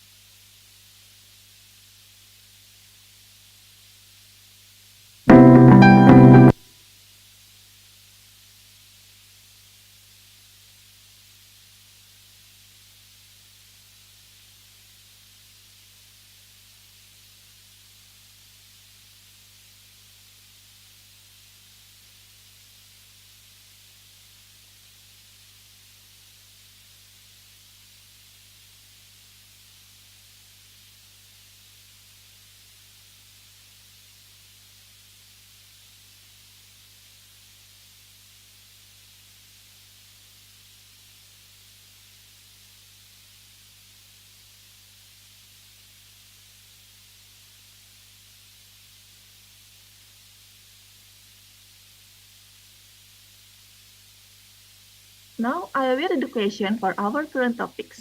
But first, I would like to ask Miss Regine. Miss Regine, would you prefer to answer each question as I read it, or wait until I have finished reading all the question first? I'm sorry, my mic's off. So I'm actually seeing the question right now by Ahmad. I'm sorry if I'm mispronouncing your name. Okay. So the first question is, I can read the question and then I can answer. Is that okay? Okay, it's answer. So it's answer. It's the question. Okay, let me read. Okay, the first question is, in the context of the dilemma between standardization and specialization, and in light of harmonization of global laboratory standards such as ISO 15189, to what extent can this standardization genuinely open up international career opportunities, while at the same time potentially diminishing the unique country-specific expertise of each nation. I think the role of this international standardization can actually have a good and positive, good and negative impact to every one of us. So I think the standardization would offer leveling to all of us because again, there are unique programs in each of our country, and that's okay. However, if these standardizations are in place, we can assure that a set of standard that is globally acceptable, that can be practiced by all of the hospitals in the country who want in the world who wants to be part of ISO. Um, this would offer a certain set of standards that all of the hospitals can practice. So, in the hospital that I work with, we are part of ISO and we still follow this because we recognize that this standardization is required so that we follow the certain set or the certain what do you call this standard that is globally acceptable. So that being familiar or being aware of this particular standard would take you to different places. So it means that if you go to a different country, if you decide to go or practice to a different country, it is good that you are aware of this particular standard because again, this is like this is a standard that is acceptable to so many countries. So regardless of where you are um you are aware and you are able to acknowledge that there is a certain standard that you must follow. And in terms of diminishing the unique country specific expertise of each nation, I believe that all of our countries would have a specific areas of expertise and uniqueness, and that's okay. I don't think that it would its goal is to diminish the unique specific expertise in each country. However, if we wanted to make something more acceptable to other country or more acceptable in a global level, I think it is an effort that we should do in our country, and we can do that by participating to international congress, by participating to organizations like ISO so that we can have something recognizable. And then the second question regarding the paradox surrounding the ethics of brain drain, given the high demand of diagnostic healthcare professionals in developed countries, this may trigger a mass migration of MLT professionals from developing countries in pursuit for a better career prospects. How then should we view this brain drain phenomenon so that we can truly balance individual rights and moral responsibilities, and what systems be established to ensure that global mobility continues to have a positive impact on strengthening healthcare system in countries of origin? So that's a really long question, but that is a relevant question because here in the Philippines, we do experience brain drain as well. And I think most of the developing countries really do experience brain drain, not only in our field, because I think the change must really start in recognizing that being in a medical career, they feel like our role is driven by passion. However, we all what our country needs to recognize is that we are also working to live. So our country must be able to provide us better rulings, better laws, so that the salary of the different professionals, healthcare professionals, is standardized and improved in relation to what is required nowadays. In the Philippines, our our health groups, our medical technology groups are really working their best so that we can raise the minimum salary of the professionals here in the country so that this can be a deterrent to some because nobody wants to leave their country because you will miss your family, you will miss your friend. Nobody wants it, but sometimes they do it because it's a necessity. So that is something that we can try to alleviate if we work hand in hand with our government officials so that they can make laws to improve the salary and the benefits of the healthcare professionals so that we can avoid these brain drain. Okay, what else? Sorry, Miss Regine. So, Mm-hmm. because our limited time, I will read the Ah, last question. Yes. okay, yes, okay. What's the last To question? yes, to the participants, I'm really sorry, but I see you really are really excited for our for our sharing session from Miss Regine, but it's our limit time. I read the next question. So, from Miss Nurul Komarila, what's the requirements for MLT in Philippines can become a medical doctor in pathology department? I think in Indonesia still unfamiliar with this career path. Thank you. Oh, really? Okay. So that's really interesting. Okay, in the Philippines, all you need to do is enter medical school. So after entering medical school, which would entail another 4 years of studying, you need to find a hospital that would accept you as their resident. So that one is actually difficult, looking for a hospital that would accept you as a resident because pathology residency training is actually limited. And I also know that we do not accept international graduates for residency here in the Philippines at the moment. So I think you have to, if you wanted to do this pathway, you have to explore becoming a medical doctor and being a pathology residency there in your country.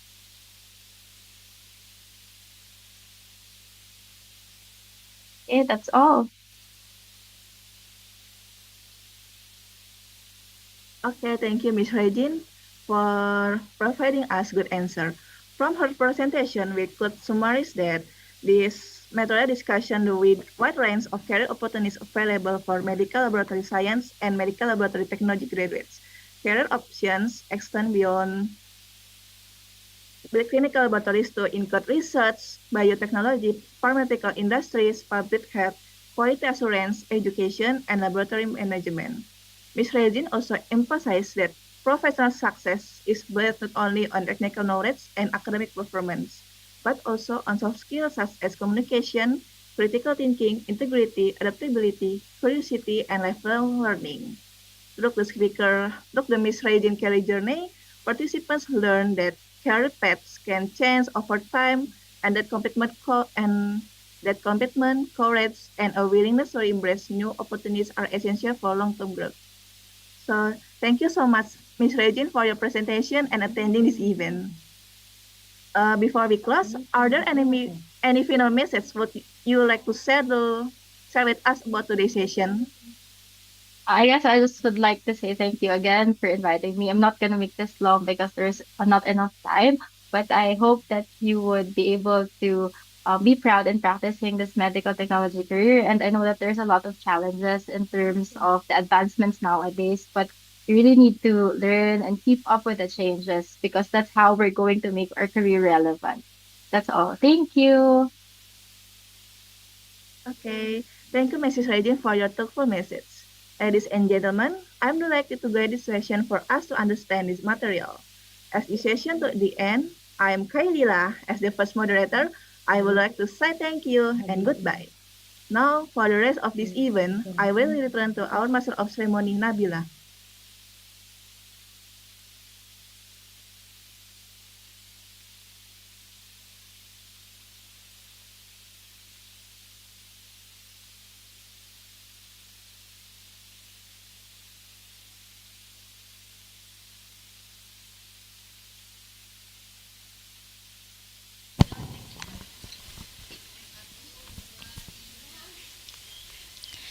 Thank you to Ms. Regine for an insightful and eye-opening session, as well to our beloved moderator Skylila, who has successfully broke a very delightful session. Ladies and gentlemen, let us proceed to the next session with our second speaker, Ms. Nurul Komarila, which will be led by our second moderator. Dear Gendis, the time is yours.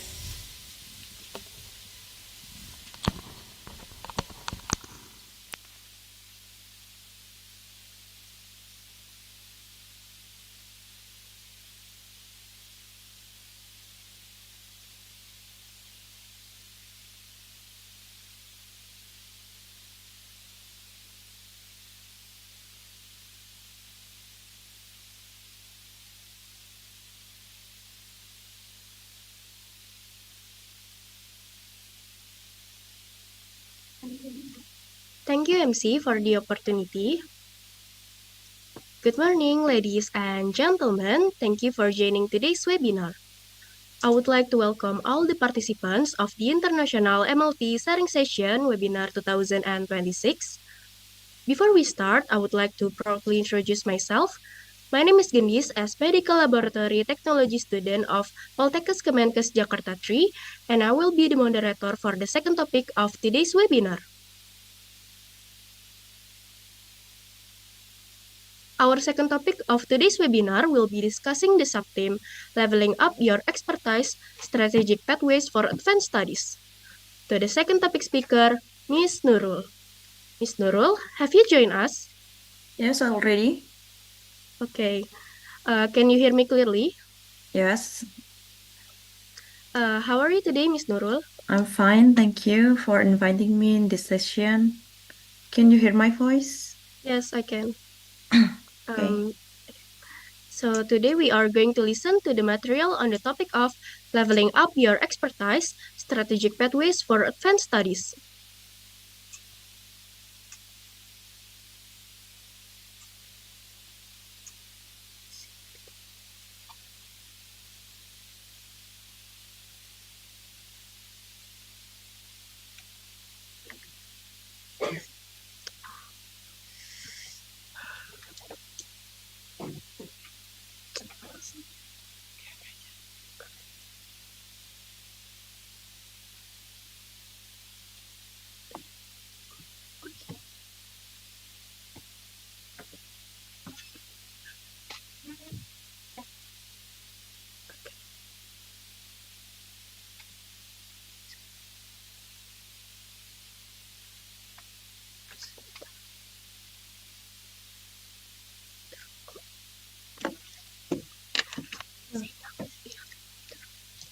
Next slide, please.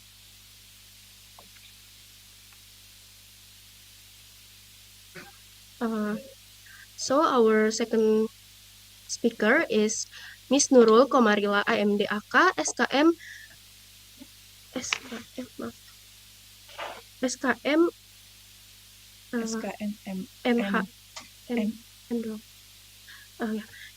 MHS. MS.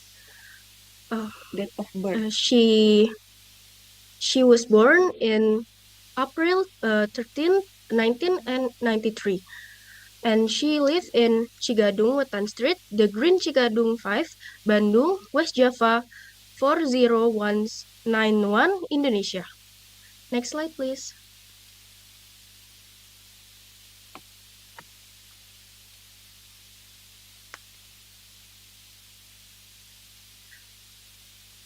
Her education background. Her education background came from master degree in Health Science, Department of Biomedical Chemistry, School of International Health, Graduate School of Medicine, University of Tokyo, Japan. She graduated in 2024. She got her bachelor degree at Faculty of Medicine, University of Pajajaran, Indonesia. Next slide, please.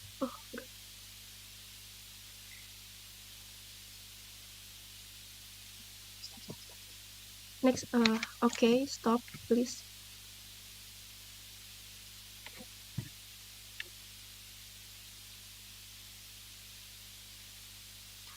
What a marvelous achievement Miss Nurul has.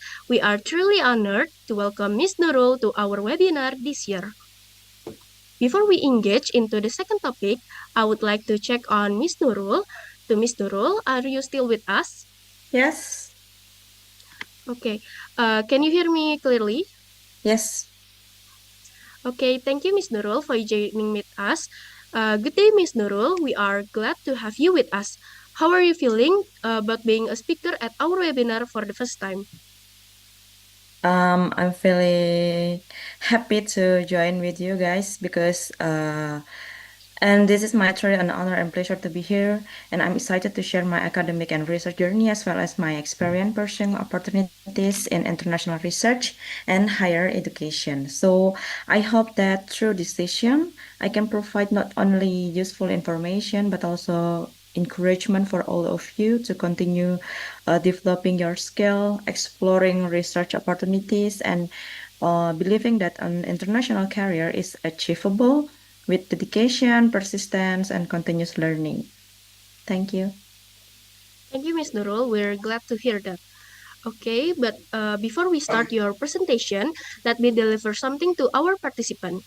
I want to inform all the participants after Miss Nurul finish her material presentation, there will be a Q&A session. If the participants have any questions from the presentation that is given by Miss Nurul, participants can submit in the link that will be shared by the event committee on room chat Zoom. And we kindly ask for the participants to submit their name along with the question.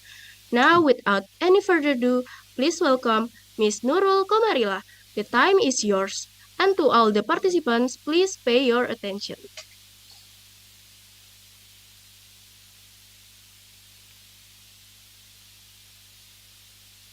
So, good morning, everyone. First of all, I would like to extend my sincere gratitude to the organizing committee and the Student Association of the Medical Laboratory Technology, Poltekkes Kemenkes Jakarta 3, for inviting me as a speaker at the International MLT Sharing Session 2026. So I hope that through this session I can provide so many useful information for you guys as an MLT can continue your study and develop your skill and also explore your research opportunities and could gain the higher education internationally. So once again, thank you for having me and I hope you enjoy today's session. Next.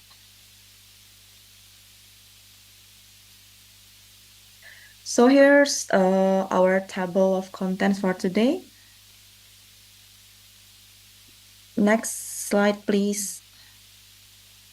So I would like to introduce myself. My name is Nurul and I was born in Jakarta 33 years ago.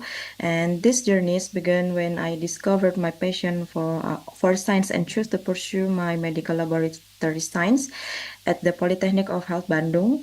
And it started as a learning laboratory technique, has evolved into the lifelong commitment to cancer research and life sciences, driven by the belief that meaningful discoveries can improve countless lives. And I passionate about cancer research, infectious diseases, so that's why I take the parasitology for as my thesis, molecular biology and life science. My journey is driven by curiosity, continuous learning, and the belief that every scientific discovery has the potential to improve lives. Next.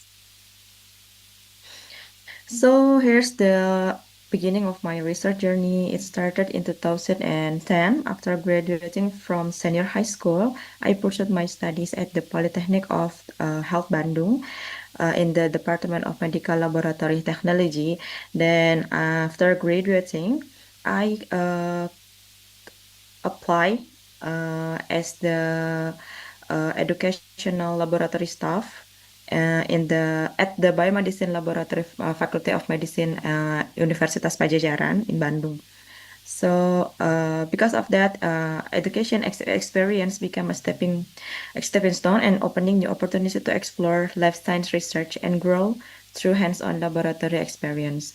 So in 2010, I pursue my associate degree in Polytechnic of Health Bandung in the Department of Medical Laboratory Technology. So at the time, I take the parasitology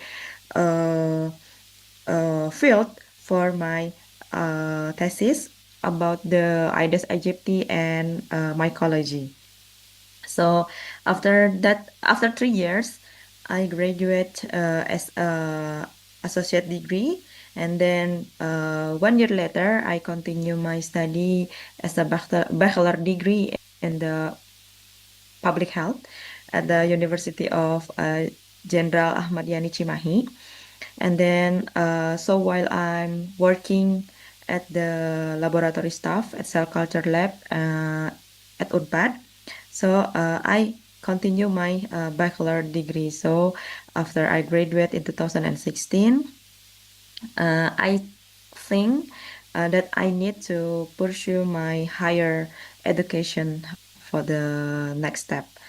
So I try to exploring scholarship and opportunities since 2014 after I graduate as a bachelor degree. So next slide, please. So here's my scholarship journey. So the first things I always do is look for the opportunities. So I look for scholarship opportunities since 2016, and I have a dream to continue my study in Japan since I was kid. And I always search from the Google and open by one, and I try to open one by one each website from each universities, and I regularly check official university websites, scholarship websites, and or LinkedIn. So beside that, I also ask seniors or alumni or friends because of they often share about the information that I know that it's really hard to find online. So it's better to ask directly to the people who are continue uh, their study. So I found, if I remember that I found so many people from Instagram. So I asked them directly how to get the scholarship, so how I can apply, uh, so how to communicate with the professor. So I think networking is really important on this process. So after I find scholarship opportunities from the websites, and then I try to look for the university website, and I check their department one by one and their lab, because I really interest in the parasitology and cancer, because I work in now in cancer department in Faculty of Medicine Universitas Pajajaran, but I also have an experience in parasites.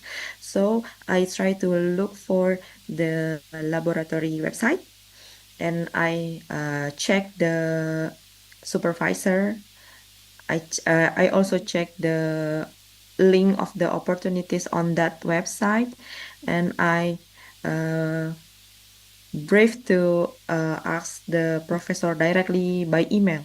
So I asked him or her about the opportunities, like if there's whether there is a master or PhD recruitment. So after that, beside of the find the website or find of the laboratory website, I also search for the funding. So it's really important to find the funding for our master or PhD study, and we can get it from the organizational fund or a research fund. So after that, we can execute and follow the scholarship instruction, and then pass the scholarship. Next slide, please. So here, my experience when I apply for the ADB GSP scholarship application. So first is build your strategy.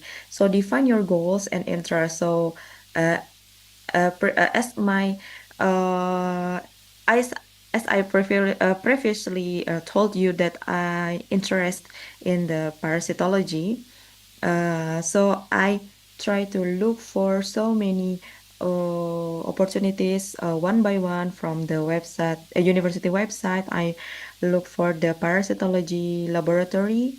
So I also read their research interest by their publications or journals, and also so when I while I'm searching the potential laboratory, I also strengthen my CV and improve my English score, because I think in Japan also it's important to ask for to give them the English score like TOEFL or IELTS.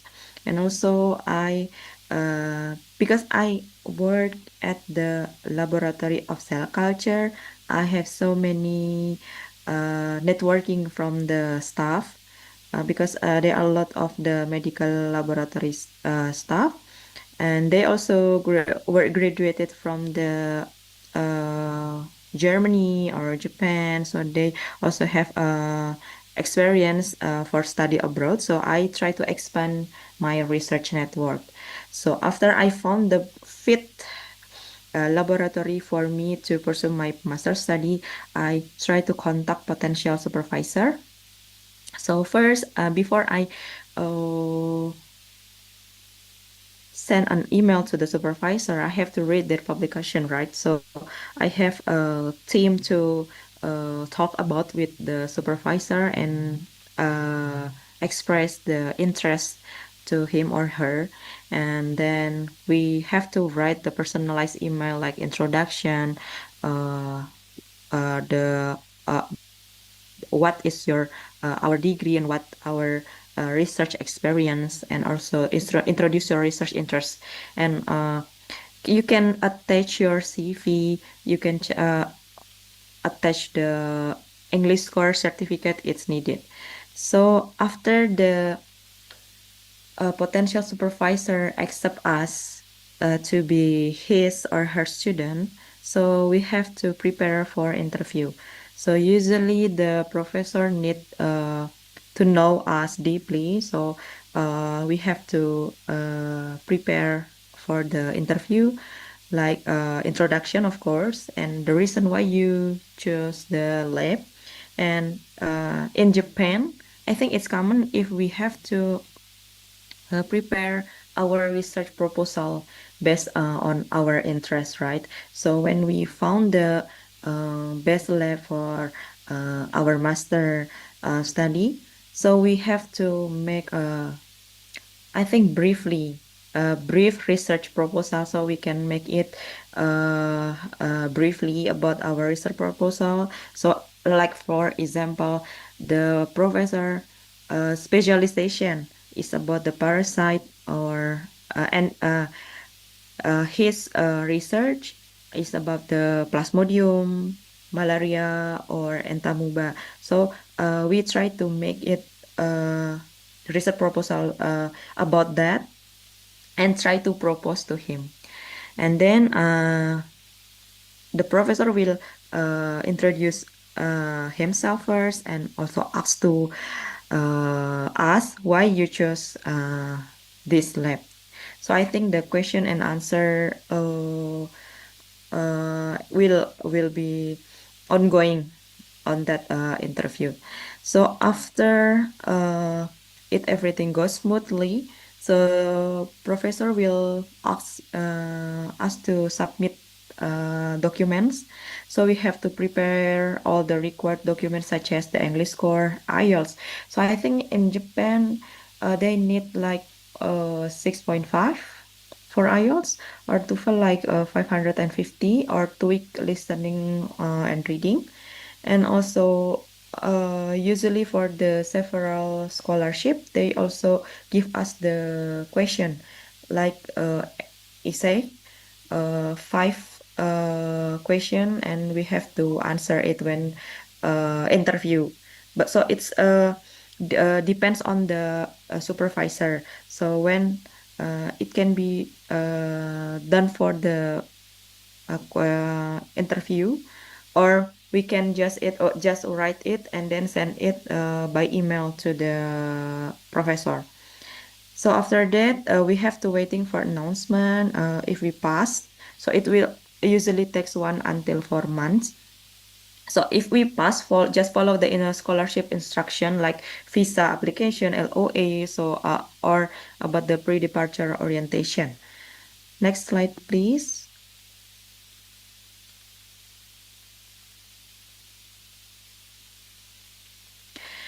So here, in 2021, I found ADB GSP scholarship. So this is the ASEAN Development Bank Japan Scholarship Program that is established in 1988, and they provide an opportunity for well qualified citizens of developing countries to undertake postgraduate studies in economic, business and management, science and technology, and other development related fields at selected 29 educational institutions in 10 countries in Asia and the Pacific. Next slide, please. So we have to read carefully about the eligibility. So at that time, I found this scholarship because they are women preferred. Harvard. So I was thinking this is the big change for me to apply because I'm woman, and also the main requirement for ADB is we have to have an work experience for 2 years. So the fresh graduate will be excluded, right? So I think ADB is the best scholarship for me as a worker. So here the major fields of study, as I previously told you about the science and technology like agriculture, biological science, computer science, energy engineering, environment, forestry, genetics, and health. So because we are medical laboratory technology, so we have a field to study in the ADB scholarship. Next slide, please. So I chose ADB GSP scholarship program and the University of Tokyo, Japan. So I joined the School of International Health, Department of Biomedical Chemistry, the University of Tokyo. So why I chose this lab? Because I'm a medical laboratory technology Excuse me, and Miss Nurul. yes. I apologize in advance, but let me remind you that you only have 10 minutes left in your presentation. Thank you. Okay, thank you for reminder. So why I chose this lab? Because I'm medical laboratory technology and I need to increase my technique in the laboratory. So this laboratory is supervised by Tomoyoshi Nozaki sensei. So I call him sensei because in Japan it's really common to call professor as sensei. So the Tomo sensei is involved in the parasitology research group. So I interest to join the metabolomic research group and drugs development. So first I should propose my research interest to him. At that time I said that I'm interested in the drugs development in malaria, but he said that it's cannot finish in 2 years because malaria is hard to find the how to develop the drugs. So he suggests me to take about the entamuba. So I think when I choose this metabolomic research group, I think about the future direction. So this study maybe contribute to the future therapeutic strategies by identifying the potential target for anti-amoebic drug development. So the goal is I establish the function of the essential genes of entamuba histolytica in the galactose pathway. So during 2 years, I make a thesis about the biochemical and functional characterization of UDP glucose pyrophosphorylase or UGPase as an essential enzyme in carbohydrates metabolism in the enteric protozoan parasite Entamuba histolytica. So I was thinking that maybe in the future, when I found the essential genes, it can be a potential target for anti-amoebic drugs.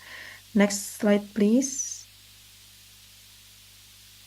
So I really thank to the ADBGSP scholarship program because I think they're really generous to give us such as tuition fee, living costs, research, books, and also cover for the health insurance, and they really support us from the development country. So in 2021, it's only 3 people who passed the ADB. One is from Mongolia. I have friend from Mongolia, and one is from Myanmar, and 3 is me from Indonesia. So it's really grateful to get this opportunity by using ADB and GSP scholarship. So This is my so in the photo below in the left. So this is the staff from the biomedical for the School of International Health. So I joined with them. So in School of International Health has maybe 6 lab for join, but I think in the wet lab, so I only the for the wet lab, it's only biomedical chemistry. So in the other, it's like more about the public health department. So after that, I graduation in 2024. So after 2 years into from the 2022, and then 2 years later, I graduate as the Master of Health Science. Next slide, please. So how about life after graduation? So I have to back to the previous workplace as educational laboratory staff and research assistant at the cell culture laboratory, Faculty of Medicine, Universitas Pajajaran. So now I supporting biomedical research through cancer biology and molecular biology and contribute to assay development, laboratory training, and translational research projects to improving human health. So my responsibilities is to support biomedical and cancer research through laboratory experiment and perform mammalian cell culture, molecular biology, and biochemical techniques. And I also developed to optimize laboratory assay and research protocol like cytotoxic assay for anti-cancer. And also, I manage laboratory operation and maintain research facilities and train and supervise the student in laboratory practice and analyze experimental research and contribute to scientific outputs. Next slide, please.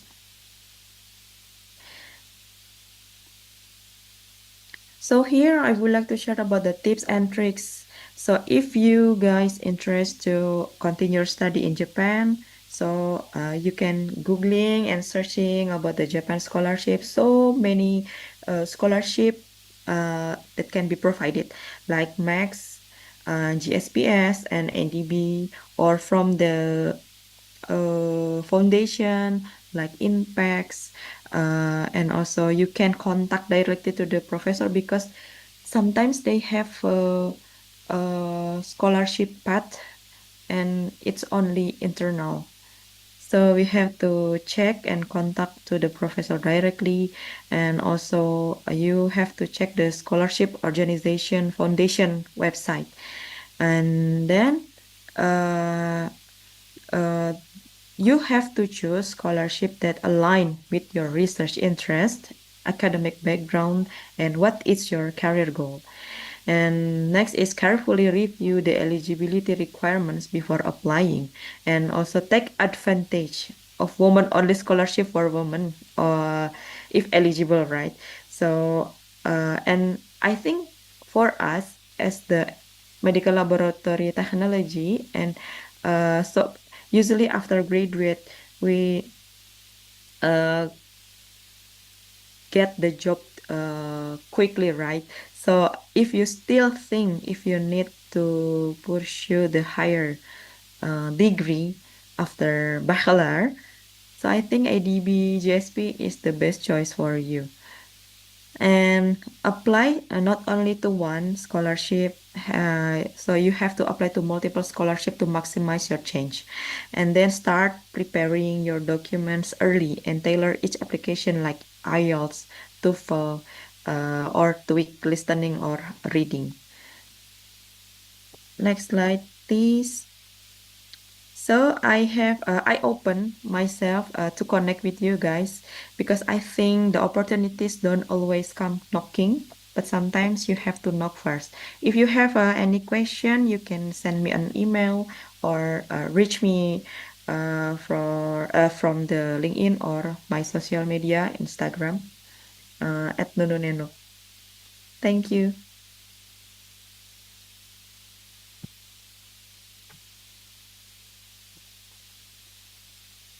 Thank you, Ms. Nurul. That was a very inspirational and informative presentation that you presented. Ladies and gentlemen, now we are going to the Q&A session For the participants who would like to ask a question, please send it to the platform that has been prepared by us via Pigeonhole. Thank you.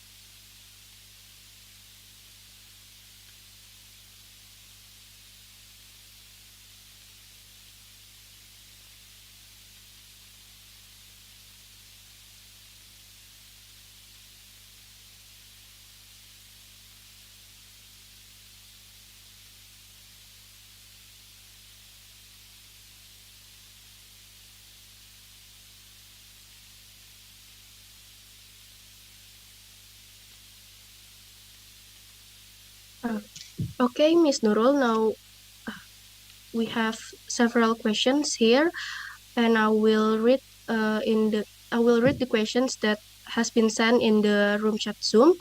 The first one is from M. Devito. Good day, Miss Nurul. I'm M. Devito, and I would like to raise a question regarding career and further study strategies in MLT. Many students face a dilemma. Should we focus on urgent, high-need areas in healthcare or pursue our personal passions despite the intense competition? Furthermore, how does this choice impact our change for higher education and scholarships? In your experience, what strategy works best today? Landscape.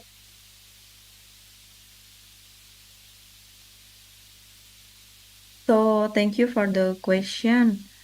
So about the dilemma as our as an MLT, right? So in the 2013, I think MLT still mostly so after it easy to find the work at that time. So after I graduate, I also continue to apply a job to the laboratory clinic in Jakarta. But I think it's really important to it's come by from ourselves first, whether you want to be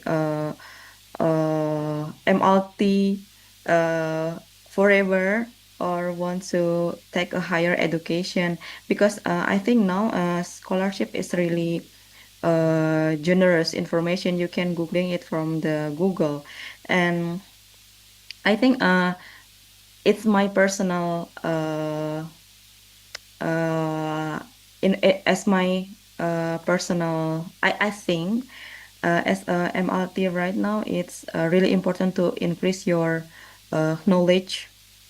So because today is so many people want to work in the laboratory, but we have to try to different with the others. So the strategy workspace into the landscape, I think besides as the MLT, we can also pursue the higher study as a master or PhD, and we can move to the another career path as a researcher. So we cannot we cannot stuck at the same position as MLT. I think you can search so many information about the scholarship, because I think in as a MLT we have benefits. We can do the wet lab, like we have an experience more than the other in the wet lab. So I think being a researcher, it's a good idea in the today landscape, I think. So if you want to ask me further regarding the how to pursue the higher degree, you can reach out me via social media or by email. Thank you. Thank you, Ms. Nurul, for your answer. And we move on to the second question from Gayuh Loksono. how difficult was it for you to pursue your studies in Japan during those 2 years? And what language did you use, English or Nihongo? So I'm very lucky because in my department we are use English for daily conversation, even for class or for the presentation, or for the small group discussion or progress seminar.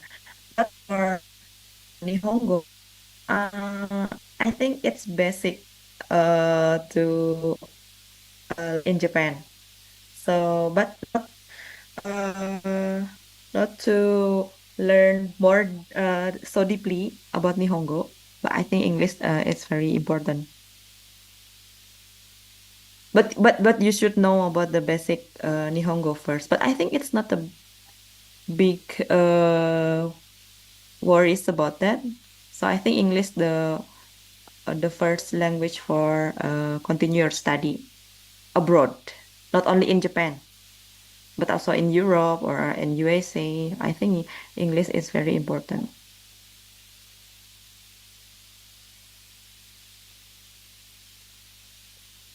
Thank you, Ms. Nurul, for your answer. And the next one is from Nafas Sharif. Sorry, we have trouble on our connection. So move on into the third question is from Nafas Sharif. How is scope of PhD at there? So I think it's depend on the laboratory because at my department, sensei, except for master and PhD. So in Japan, I think it's quite different with another country because in Japan, when you apply first to the lab, you have to think about what will you do for the next. So what's your research interest? So before you apply to the lab, you have to make some research proposal. What kind of the research will be your thesis or dissertation?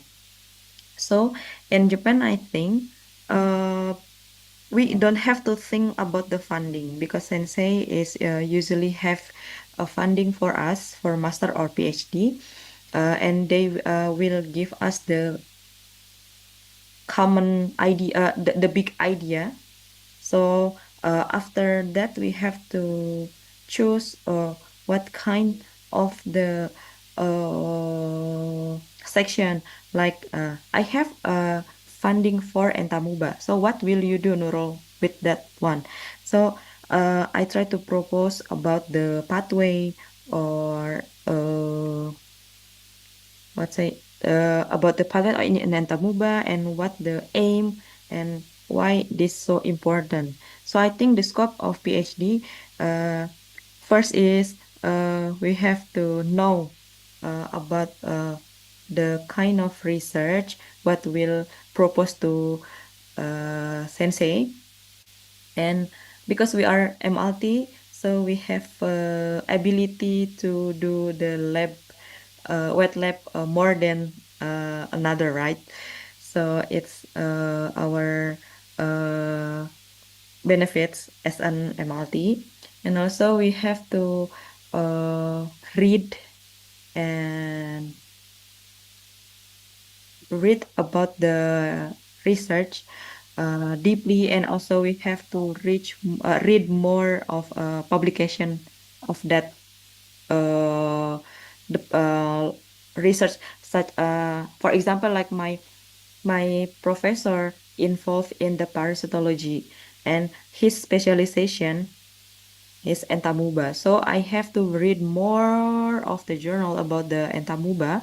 So after that, I could propose it to sensei. I think that's all.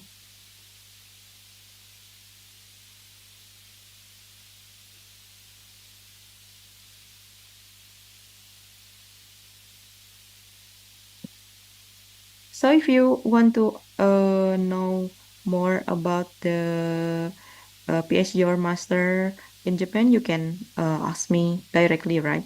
to the email or social media. Thank you. Thank you, Ms. Nurul. Move to the last question from Agustri. Many professionals pursue a master or PhD to advance their careers, yet not all programs deliver the same impact. Based on current global trends, what criteria best predict whether an advanced degree will truly accelerate leadership, innovation, and scientific influence rather than simply adding another academic credential? So I think the important for us to pursue master or PhD in this global trend, I think we have to make a strategy. So I also want to continue to the PhD, but now I have to think about the lab who have the big funding. So, in this global trend, I think infectious diseases it's really important, like TB or like maybe malaria. So, we have to check the lab and also the potential supervisor, so whether they have big funding for us to continue our master or PhD. I think that's about the infectious diseases is really important in this global trend. The big funding is also really important for that.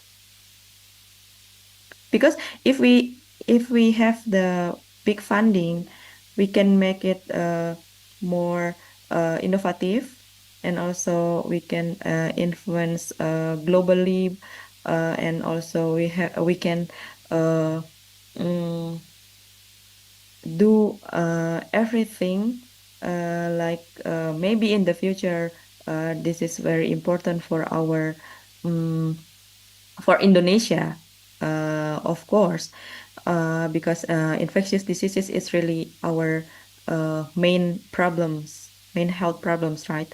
So yeah, so we have to look for the lab and potential supervisor, whether they have a big funding for this cases.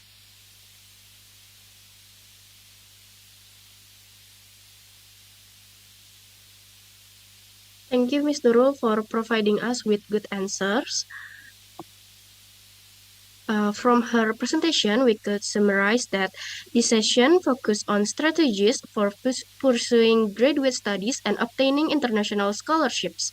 Ms. Nurul shared her journey from studying medical laboratory technology to becoming a research assistant and later receiving the ADB GSP scholarship to pursue a master's degree at the University of Tokyo. The session highlights the importance of early preparation, including identifying research interests, contacting potential supervisor, building a strong academic CV, preparing research proposal, and improving English proficiency. It also emphasized that scholarship committees value research, experience, motivation, leadership potential, and clear career goals in addition to academic achievement. The session encouraged students to continuously develop their skills, expand their professional network, and prepare strategically for future academic and career opportunities. Thank you so much, Ms. Nurul, for your presentation and attending this event. Before we close, are there any final message you would like to share with us about today's session? Thank you for having me as a speaker today. So I would like to tell you guys that so don't stop to search everything opportunities because we are MLT. So I think this is the best choice for us to increase our higher degree as a master and PhD, and we become a great researcher in the future. Thank you. Thank you so much, Ms. Nurul, for your presentation and attending this event. Sorry. Ladies and gentlemen, I'm delighted to guide this session for us to understand the material. As the session comes to an end, I'm Gendis. As the second moderator, I would like to say thank you and goodbye. Now, for the rest of this event, I will return to our Master of Ceremony, Nabila.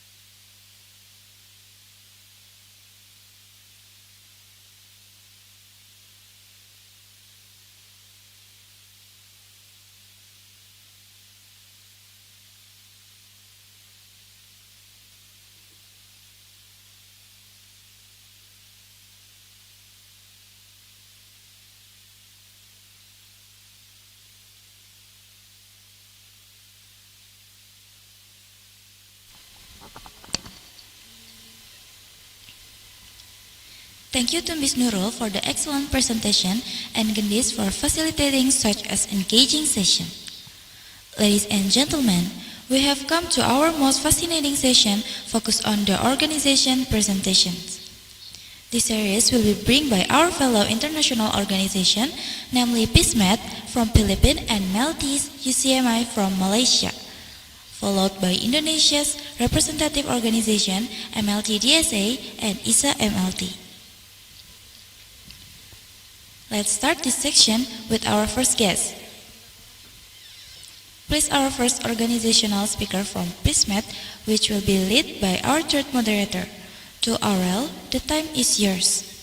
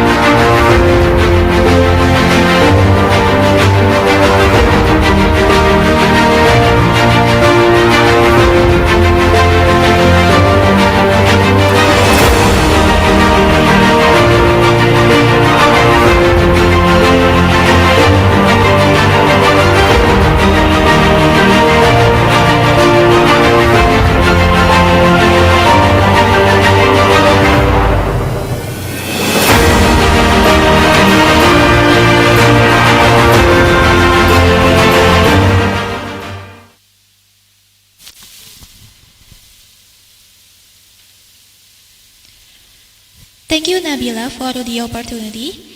Assalamualaikum warahmatullahi wabarakatuh. Good afternoon, ladies and gentlemen. How are you? I hope you are all still enthusiastic and interested following this event. I also would like to say thank you to all participants for joining today's webinar. I would like to welcome all the participants of the International Mlt Sharing Session webinar 2026. Before we start, I would like to proudly introduce myself. My name is Aurelia Virus Asar Sugiarto, as Medical Laboratory Technology student of Health Polytechnic Ministry of Health, Jakarta 3, and I will be the moderator for the organization session of today's webinar. Here we have 4 organizational representatives from 3 countries including Indonesia, Malaysia, and Philippines that will share their organizational profiles. Here we can learn and dive into our 2026 theme titled Enhancing MLT Professional Competence Through Career and Academic Development. The goal of our own event is to provide some information to many people, especially MLT students, to find out what we can do as MLT students besides meeting the hard skills or lab requirements, so that it will help many MLT students to adapt in the health fields such as collaboration, communication, and critical thinking. One of the ways to achieve this is by joining an organization. To understand this better, let's take a look at the presentation of our organization speakers. To start the session, the first speaker of today came from overseas representative speaker. Here we have organization representative, namely FISMETS from Philippines. Here we have Lovena Reka G. Canares for the representative from FISMETS. The time is yours.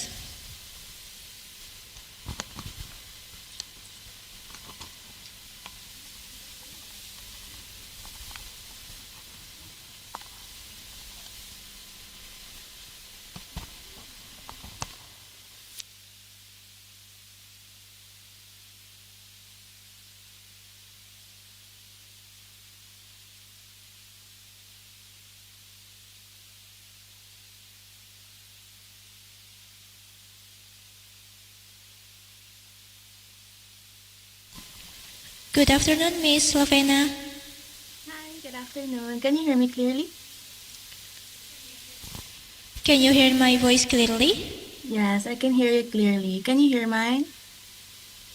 Yes. Okay. Yes, I can hear your voice clearly. Okay, thank you so much. Should I wait for my presentation to be presented or? You may start the presentation now. Okay. Should I share my screen or how should we do this?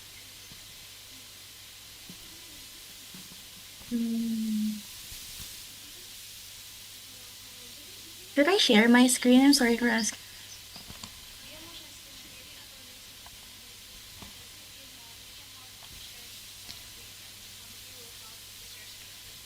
The committee will help share the presentation. Okay, I'll just wait for it before I'll start. Thank you.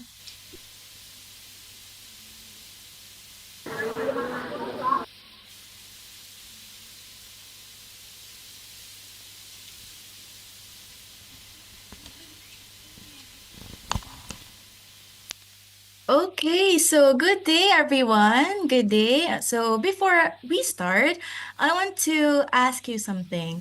How many of you here have ever talked to a student from another country?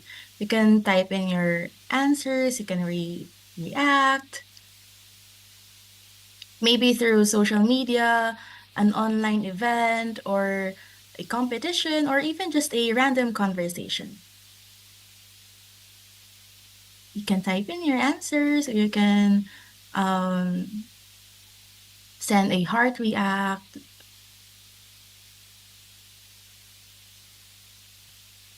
Okay, that's nice. Okay, I can see some reactions. So thank you for that. And I think that's actually a good way to start our discussion today.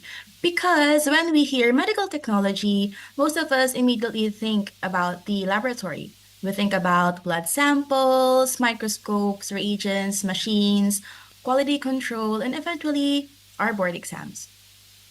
But medical technology is actually bigger than the four walls of our laboratory. The work we do is part of healthcare, and healthcare itself is global.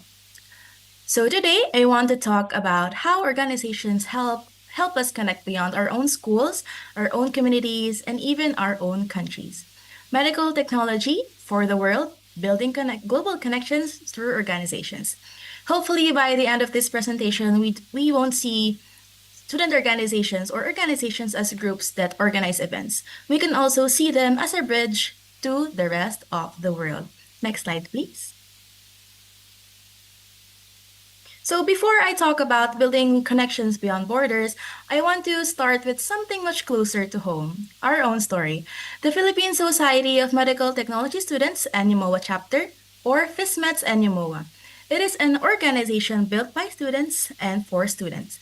But when we talk about how an organization rises, I don't think we should only talk about the events we've held or the accomplishments we've achieved. Because an organization doesn't rise alone. It rises through connections, collaboration, and the willingness to work with others. Within our university, FISMETS and UMOA has built relationships with organizations such as School of Allied Health, Student Council, and the Coral Way Street Journal. Through these partnerships, we were able to work with students from different areas, exchange ideas, support activities, and create opportunities beyond our organization. And that's important because being part of a university community means realizing that we don't always have to work separately. We can always work together. But our growth doesn't stop within the walls of National University Mall of Asia. As FISMETS and NUMOA continues to rise, we also had the opportunity to build connections outside the university. One example is our partnership with UP Likas and FISMETS LPU Batangas, wherein we were able to connect with fellow medical technology students from another institutions. And we also had the opportunity to partner with KitKat organizations. Organizations need opportunities to engage with their members, support activities, and create meaningful experiences. It teaches us something important, and an organization needs to know how to build relationships beyond its usual circle. We should not limit ourselves to the people who have the same background, the same course, or even the same type of organization. We should learn how to communicate because when we look at all these partnerships together, School of Allied Health Student Council, Coral Way Street Journal, UP Likas, FISMETS LPU Batangas, and KitKat, they may all be very different from each other, but each connection contributes something to the growth of FISMETS and UMOA. And that's what I mean when I say that our organization is rising. We're not simply growing bigger, we're growing wider, and eventually to connections beyond our own country. Because these partnerships are not the end of our journey, they're our starting point. And if we can collaborate with organizations within our university, build relationships with organizations from other universities, and create partnerships with external organizations and brands, then the next question becomes why stop there? Because the same way our organization rises through local partnerships, we can also rise through global connections. And this is where our story goes. From building connections within our university to building connections across the Philippines and eventually beyond our borders. And that's what I want to share with you today. How medical technology organizations can become bridges connecting students, sharing knowledge, creating opportunities, and bringing our professions closer to the world. Next slide, please.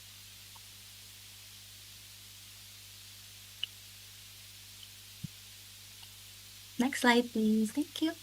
And there, as student leaders, we have something that individual students that sometimes didn't have, a platform. A student organization can organize a seminar, it can invite speakers, it can build partnerships, it can connect students from different universities, and it can create opportunities that students might not have but may not find on their own.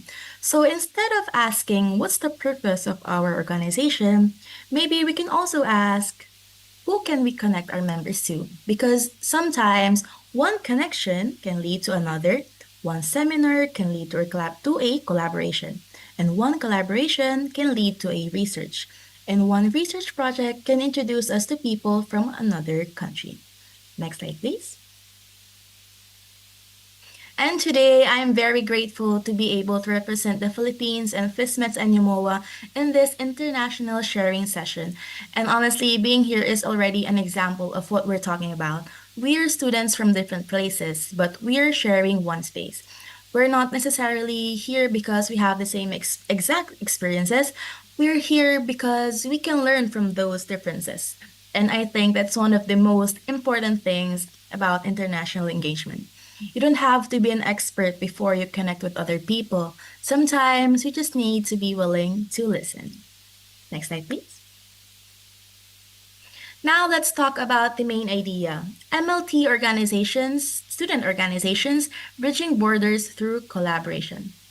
So let me ask everyone a quick question. If I say international collaboration, what is the first thing that comes to your mind? May it be exchange programs, research, international conferences, working abroad. If yes, those are possible. But collaboration doesn't always have to be something huge. Sometimes it can start very simple. For example, two student organizations from different countries hold an online discussion, or students share how their laboratory training works. It might seem small, but that small interaction can become the beginning of a bigger collaboration. That's why I like the idea of bridging borders, because a bridge doesn't mean we're all the same. It means we're able to reach each other despite our differences. Next slide, please. So, how exactly can student organizations build these connections? We have 5 important areas here. Next slide, please. First is international partnerships. Organizations can partner with universities, student organizations, professional groups, and other institutions outside the country. And partnerships can be as simple as co hosting an online event. You don't necessarily need a huge budget. Sometimes you just need people willing to communicate and work together. Second, research collaboration. This one is especially important for us, future laboratory professionals, because research is constantly changing. There are new technologies, new methods, new diseases, and new approaches to diagnosis. Imagine having students from different countries look at the same research question. They can bring different experiences and perspectives, and that's something we can get if we only stay within our own environment. Third is knowledge exchange. This is probably one of the easiest things we can do. We can ask, how do you do this in your country? And suddenly we realize that there are many ways of approaching the same profession. Fourth is professional networking. You might meet someone someday or today who becomes your colleague years from now. You never really know. Maybe the person you're talking today will eventually work in the same you will eventually work in the same hospital, research institution, or organizations as you. And lastly, the global learning opportunities. This can include international seminars, just like this international sharing session, webinars, exchange programs, competitions, research opportunities, and other learning experiences. So, if we put all 5 together, we can see that organizations are not simply organizing activities, they're creating connections, and those connections create opportunities. Next slide, please. Okay, so now why does all of this matter? because the healthcare profession is changing very quickly. And as future medical technology professionals, medical laboratory professionals, we can afford to stop learning after one lecture, one laboratory class, or even after our graduation. Global connections allow us to exchange knowledge and learn from international practices. And I want to emphasize this. Learning from another country doesn't mean that their way is automatically better than ours. It means we get another perspective. Maybe we discover something that we can adapt. Maybe we realize something that we're already doing well. Or maybe we can find a completely new way of thinking. And that's the value of international engagement. It's not about comparing who is better, it's about asking what we can learn from each other. Next slide, please. Okay, this brings us to the role of student organizations as global connectors. There are four things in this slide. First is develop future leaders. So when students organize international activities, they learn how to communicate, coordinate, negotiate, and work with people from different backgrounds. And that's what we call leadership. Next, second one, they foster research and collaboration. Organizations can connect students who are interested in similar research topics. Instead of working alone, students can work together. Third, connect students globally. This one sounds simple, but it's actually powerful because sometimes students that don't even know that opportunities exist outside their own school or country, organizations can help open that door. And finally, advanced professional growth because the skills we develop as students can eventually become skills we use as professionals. Communication, teamwork, leadership, networking, and research. These aren't only student skills, these are professional skills. Next slide, please.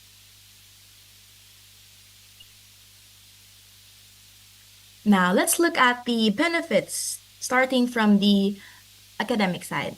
First is global learning opportunities. We get access to perspectives beyond our own classroom. Second is research collaboration. We can work with students and professionals who have different experiences and ideas, as what I said earlier. Third, international laboratory exposure. We get to learn how laboratory practices may differ across countries. And fourth, expert led learning. International engagement can connect students with people who have experience in areas we're interested in.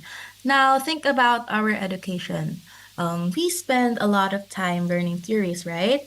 We spend a lot of time doing laboratory activities, but sometimes the most memorable lessons come from hearing someone say, "This is actually how we do it in our setting." Quote, quote. And that's different because suddenly what we learned in class becomes connected to the real world. Next slide, please. Now we have the professional benefits. First is expanded career opportunities. Global networking can help students become aware of opportunities outside their immediate environment. Second, global certifications and credentials.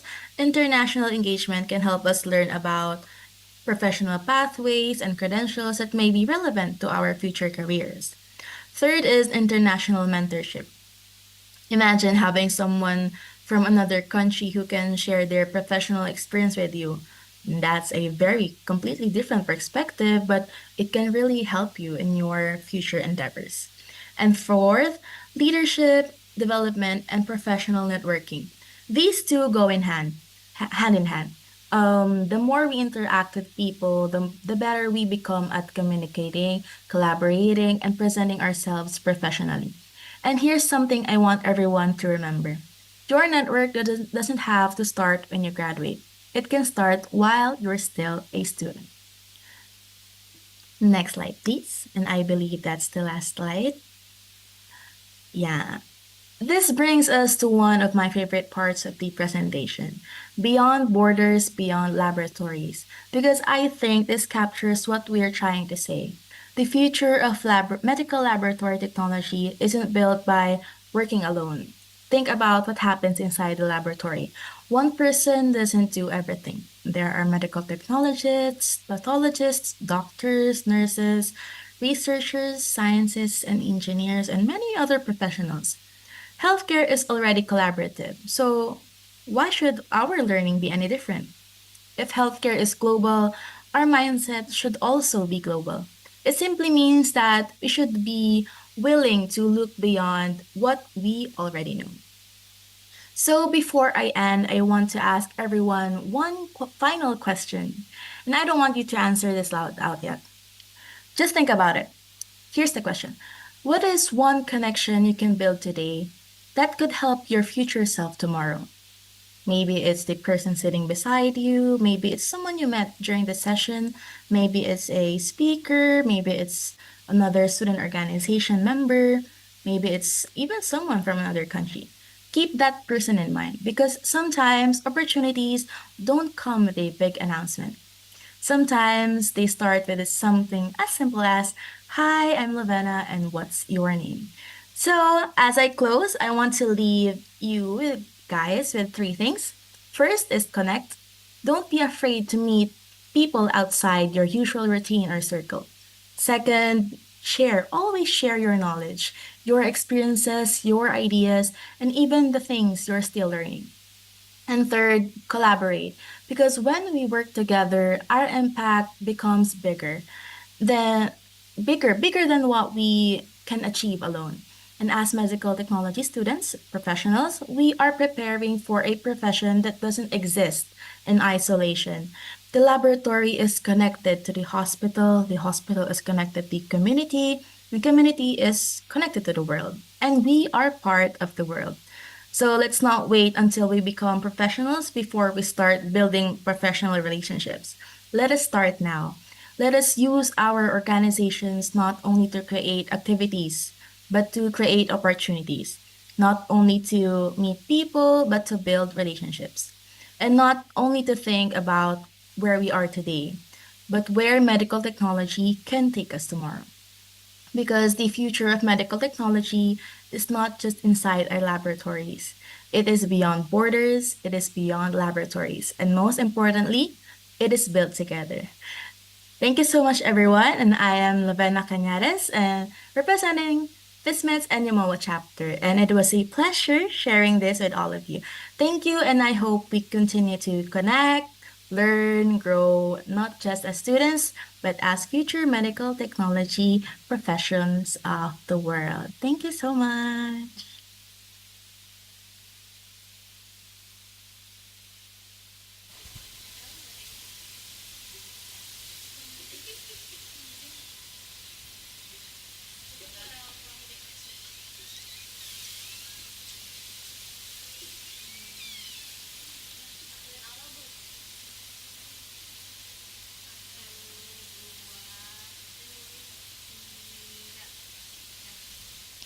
Okay, thank you, Fismets, for your insightful presentation for us.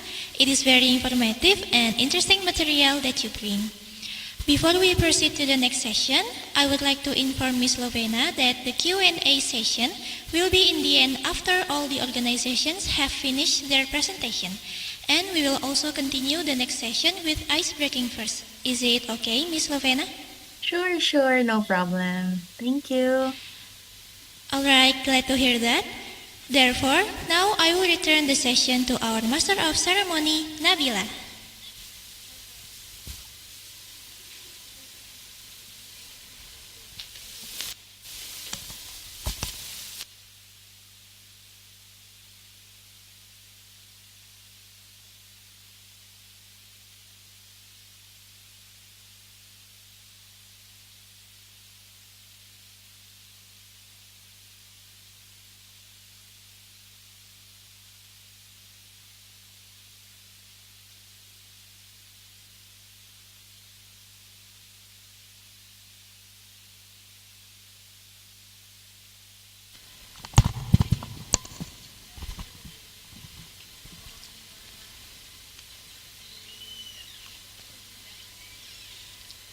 Thank you, Bismet, for the insightful presentation and Aurel for facilitating such an engaging session. Before continuing to the next material presentation session, we'd like to invite everyone to join a fun ice-breaking activity. We hope this little moment help us recharge, reconnecting, and bring even more positive energy into the rest of today's webinar. Our today's ice-breaking games will be Guess the Artist by Picture.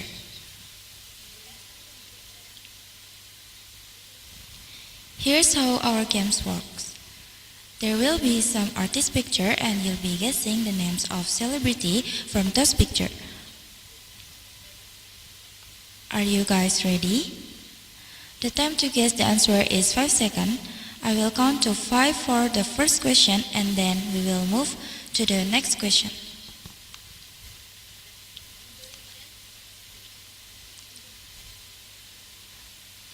5, 4, 3, 2, 1.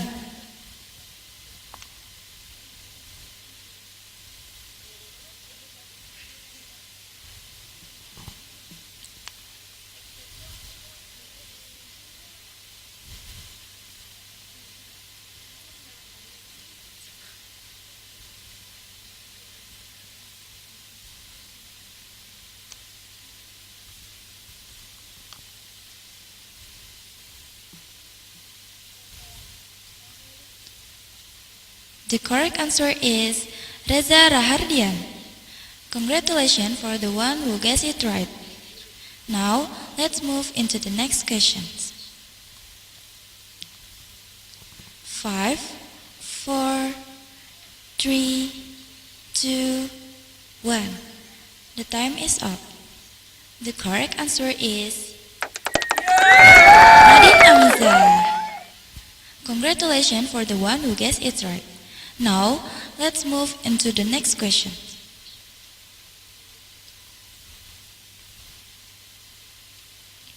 5, 4, 3, 2, 1. The time is up.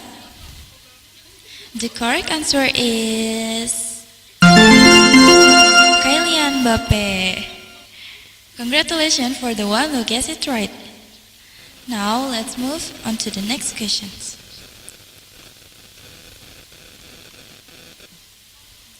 5, 4, 3, 2, 1. Time is up. The correct answer is Taylor Swift. Congratulations for the one who guessed it right. Now let's move into the last questions.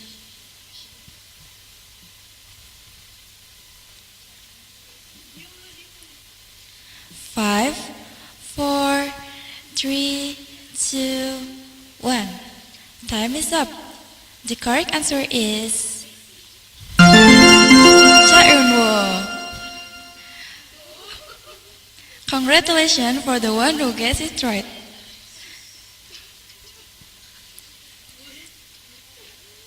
Congratulations for the one who guessed it right. And thank you for all the participants who have participated on the ice-breaking games. I hope you had fun and enjoyed during the games.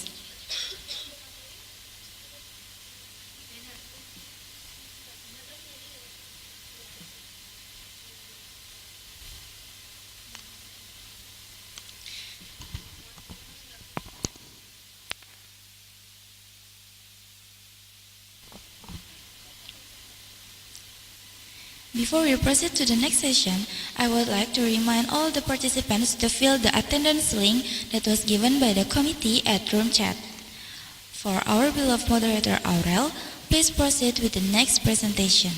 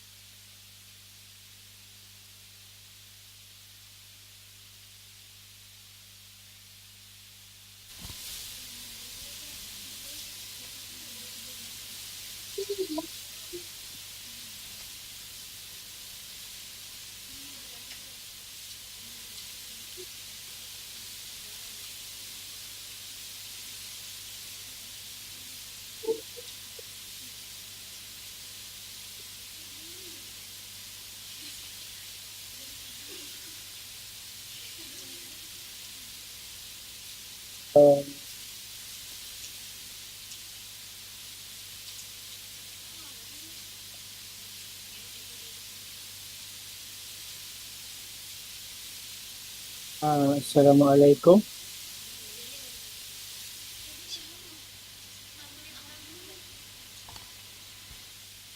Silakan.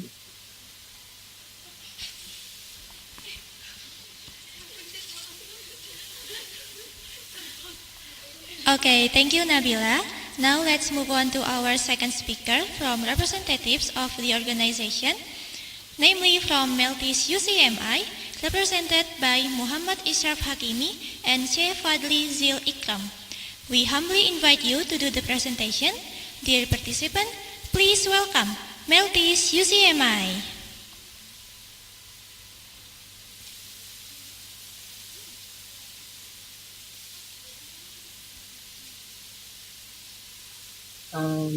Assalamualaikum. Can you Waalaikumsalam. hear my voice?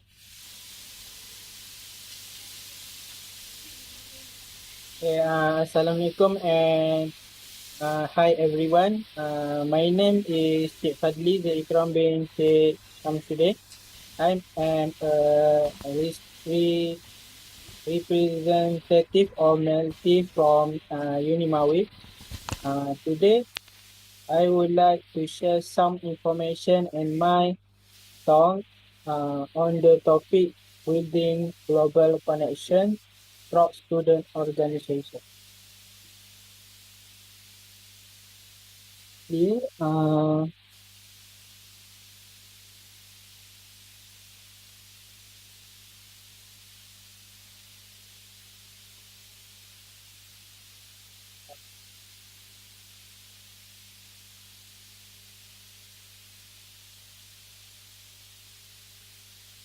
can I start?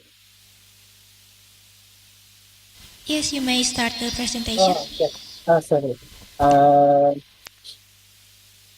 can next slide.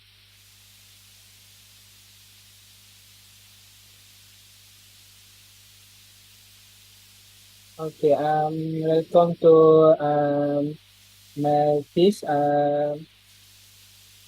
First, I want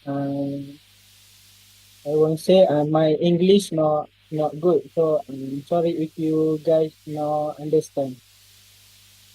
Okay, the organization. So, I'm truly excited to have the opportunity to meet and communication with students from different countries. I believe that opportunities like this help us with international friendship, strengthen collaboration, and create treatmentful and reinforcing connection that will benefit. Uh, yeah, sorry.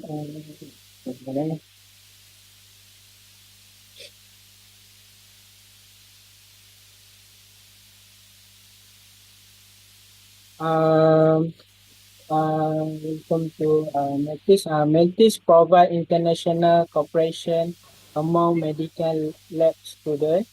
Our goal to share knowledge and skill development globally. And, and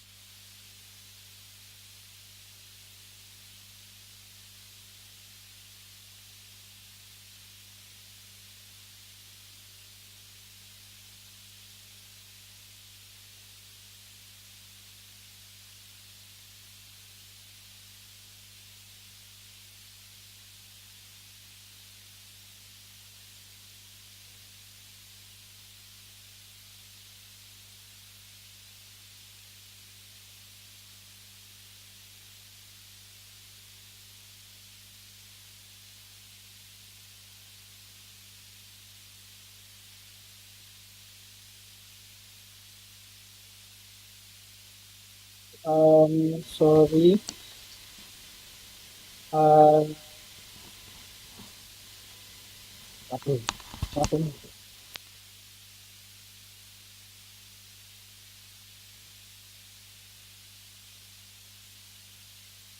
Excuse me, Meltis.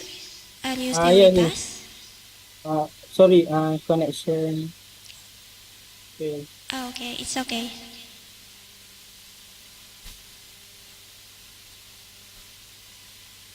Um,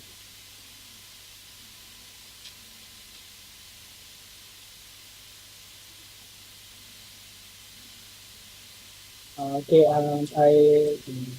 resume. Notice our sharing is to knowledge sharing and skill developed globally. Join us is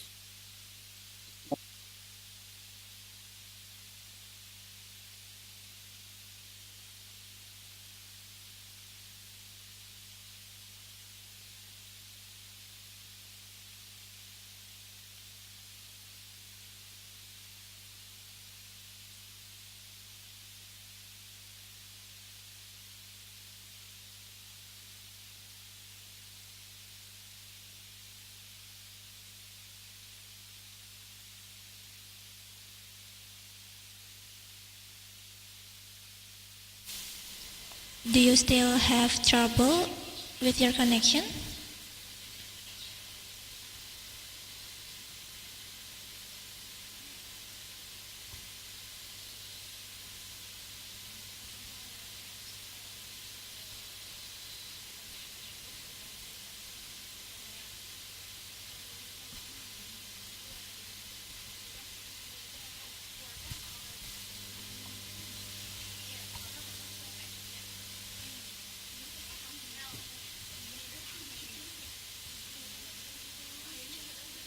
sorry again.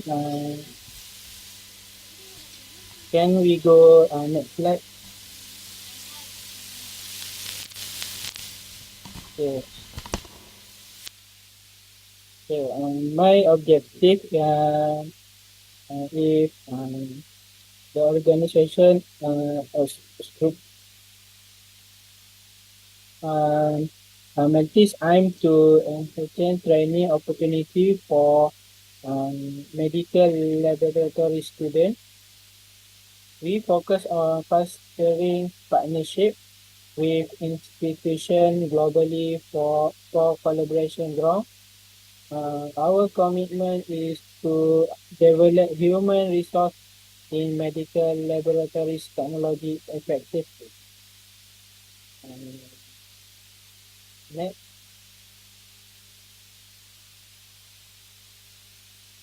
okay, Unimawi foster an environment of academic rigor and practical training in medical field. Our faculty are dedicated to empowering students through cutting engage methodology and resource. We aim to cultivate future leaders in healthcare with an emphasis on collaborative learning. Next slide, please.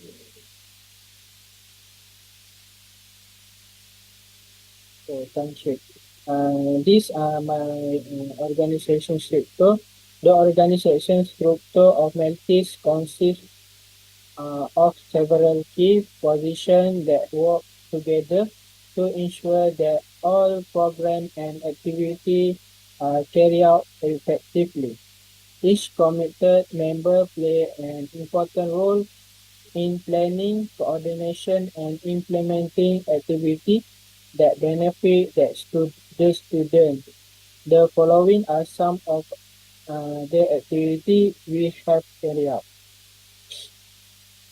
Okay, next,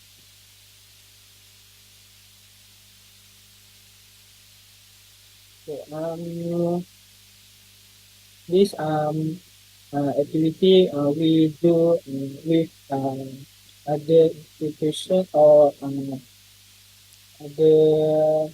uh, collaboration with some faculty or something. Can we do next slide? Okay,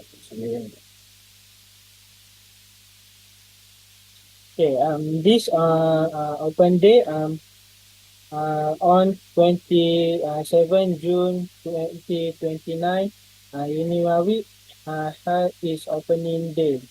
We Maltese collaboration closely with the Faculty of Health Science to make the event a success.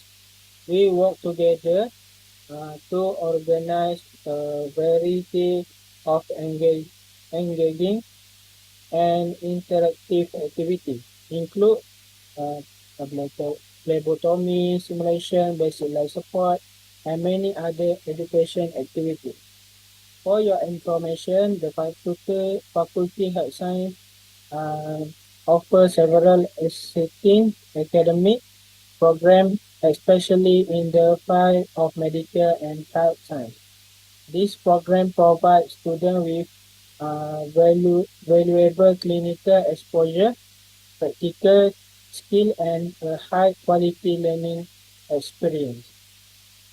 Next, this Bubu Lambo during last year Ramadan, Maltese and Faculty of Health Science collaboration with several other universities to organize Bobo Lambo cooking and distribution program. The Bobo Lambo uh, program prepare during the event was distributed to the public as part of our community service initiative and the spirit of sharing during Ramadan. This is an annual activity every Ramadan and serve as a meaningful program that strengthen the bond between students from these different institutions. Next.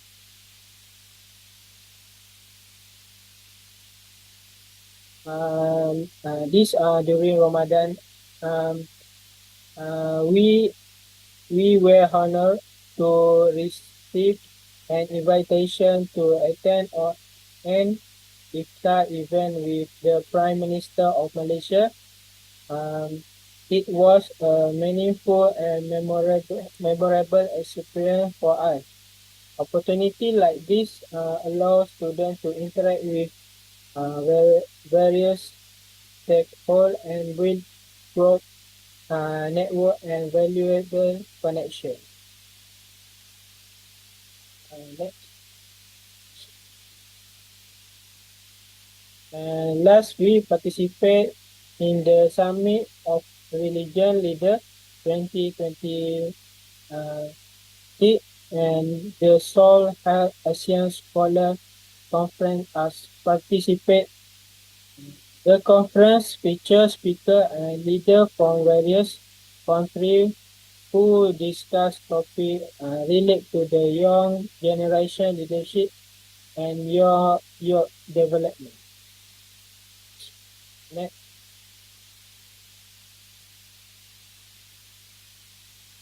Okay. We future vision is if our aim in to create a sustainable impact in medical lab technology. First, uh, we focus on innovation practice to enhance laboratory efficient and effectiveness. Second, collaboration with global partner ensure we stay at the forefront of MLT advancement. Third, together we strive for a brighter future in healthcare and medical technology.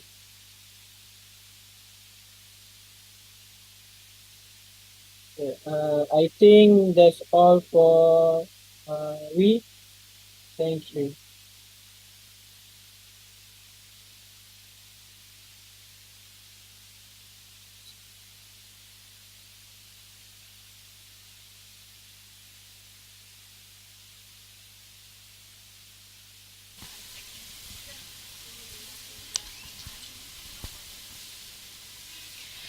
Okay, thank you very much, Mlt UCMI, for providing your organizational insight program.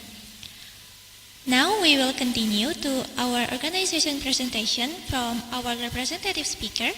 Here we have an organization representative, namely Medical Laboratory Technology Department Student Association, MLTDSA. Here we have Safa and Arin. For the representative from MLTDSA, the time is yours.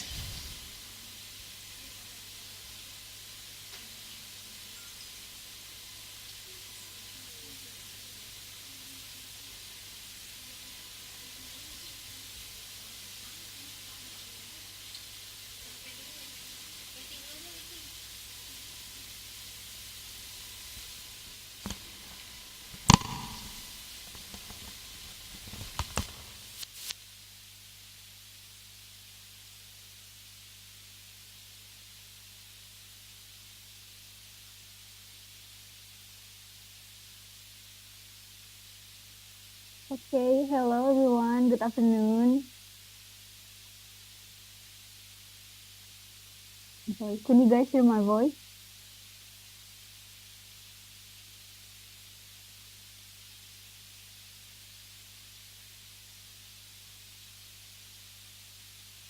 I'm sorry, can you guys hear my voice clearly? Yes. Okay, thank you.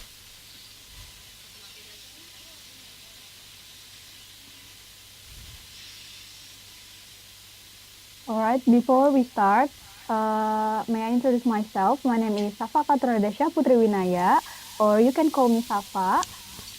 And I'm here with my partner, Liani Retno Hartanto, or people usually call her Arin. Arin, may you say hi, please? Hello everyone, I'm Riani Ratno Hartanto, but everyone calls me Arin as an MLTDSA member with Safa. Nice to meet you guys. Hi, Arin. Alright, in this session, me and Arin, as MLTDSA representative, will explain to you about the MLT Student Association. Okay, let me start with a brief introduction of our organization, which is Student Association of the Medical Laboratory Technology Department, Health Polytechnic Ministry of Health Jakarta 3, or in Indonesia, we call it HMJTLM. Next, please.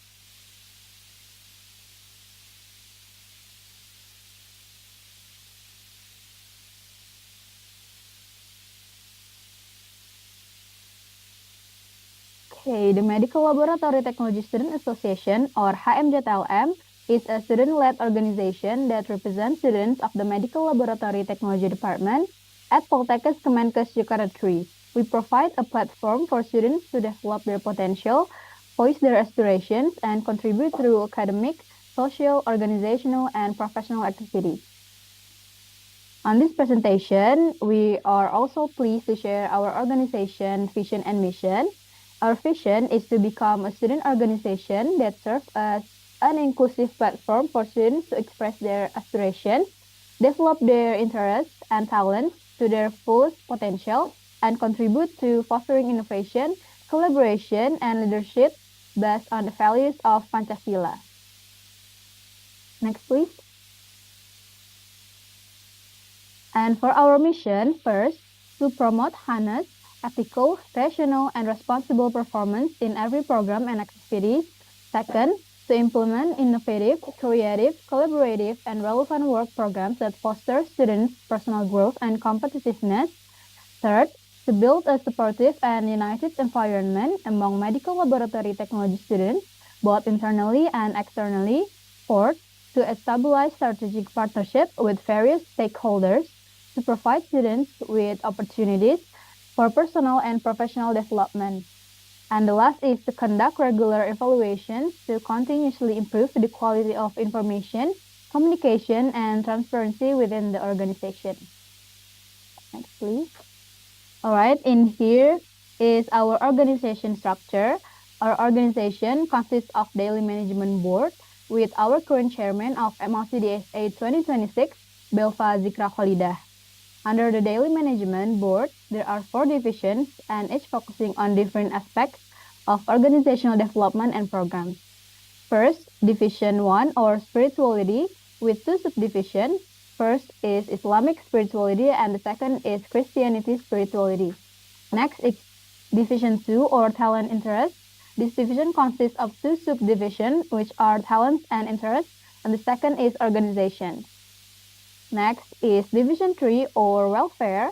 This division consists of two subdivisions which are community service and business fund, and the last one is Division 4 or intellect. This division is also divided into two subdivisions. First is scientific study and the second is information and communication. Next, please. Next, we are going to explain each division. First, we have Daily Management Board, or in Indonesia, we call it BPH. Daily Management Board leads the organization by coordinating all divisions, managing daily operations, and ensuring the successful implementation of organizational programs. GBM consists of chairman, vice chairman, secretary, and treasurer. Okay, move on to the next slide, which will be explained by my partner Arin. For Arin, the time is yours. Thank you. Thank you, Shafa, for the great explanation. Hi everyone, continuing from what Shafa just presented, I will now walk you through the core divisions within MLT DSA, their subsections, and keyword programs. We move to the first division, spirituality. Promotes students' spiritual growth and strengthens religious values by organizing inclusive religious programs, worship activities, and community building initiatives. The division encourages mutual respect, personal development, and harmony among students of diverse religious backgrounds. This division nurtures spiritual growth and is divided into two subdivisions, namely Islamic spirituality and Christian spirituality. And on the right side, you can see our programs. First is Islamic Student Study Group, or in Indonesian we call it Hukama, Kumpulan Kajian Al Mahasiswa, Spiritual Study Tour, or SWR, Studi Wisata Rohani, and the Easter Celebration. Now we move to the second division, Talent Interest. Provides opportunities for students to capture and provides opportunities for students to explore and develop their talents, leadership, and organizational skills through arts, sports, and student organization activities. The division also encourages teamwork, creativity, and active participation to support students' personal and professional growth. This division is divided into two subdivisions too, namely talent and interest and organization. And on the right side, you can see our programs. The first is general election for the student organization chairman, or Indonesian, we call it PEMIRA, Pemilihan Raya, and the phlebotomy community. Now we move to the third division, welfare. Enhances student welfare by organizing community service initiatives, social responsibility programs, and fundraising activities. The division aims to foster empathy, collaboration, and meaningful contributions to both the campus community and society. This division is divided into two subdivisions, namely community service and business funds. And on the right side, you can see our programs such as our student store, TLM Mart, elderly care program, or Indonesian we call it Happy Lansia, and EAFA, education about first aid. Now we move to the fourth division, intellect. Supports students' academic and professional development through scientific programs, educational events, and knowledge-sharing initiatives. The division also manages organizational communication and information to ensure students stay informed, connected, and engaged with MLT-DSA's activities. This division is divided into two subdivisions, namely scientific study and information and communication. And on the right side, you can see our programs such as Outstanding MLT Student Award, or in Indonesian we call it TLM Berprestasi, and our major international project, Genome International Webinar, which also leads into our International MLT Sharing Session, Cross Career Development 2026, that we are organizing right now as part of this division work program. That's enough presentation from us. Don't forget to follow our Instagram hmjtlm.pkj3 and subscribe our YouTube at hmjtlm Poltekkes Kemenkes Jakarta 3. Thank you.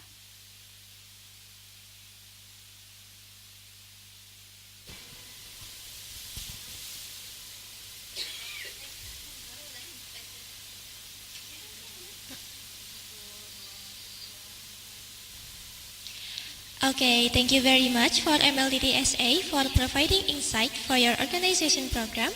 What a remarkable and impactful programs you have on your organization. Now we will continue to our last organization presentation from representatives of our organization, which is Student Association of Indonesian Medical Laboratory Technology, ISA MLT from Indonesia. Please welcome Diastin Alma Trisna Putri as the representative of ISA MLT. For ISA MLT, the time is yours. Okay, thank you. My voice is clear?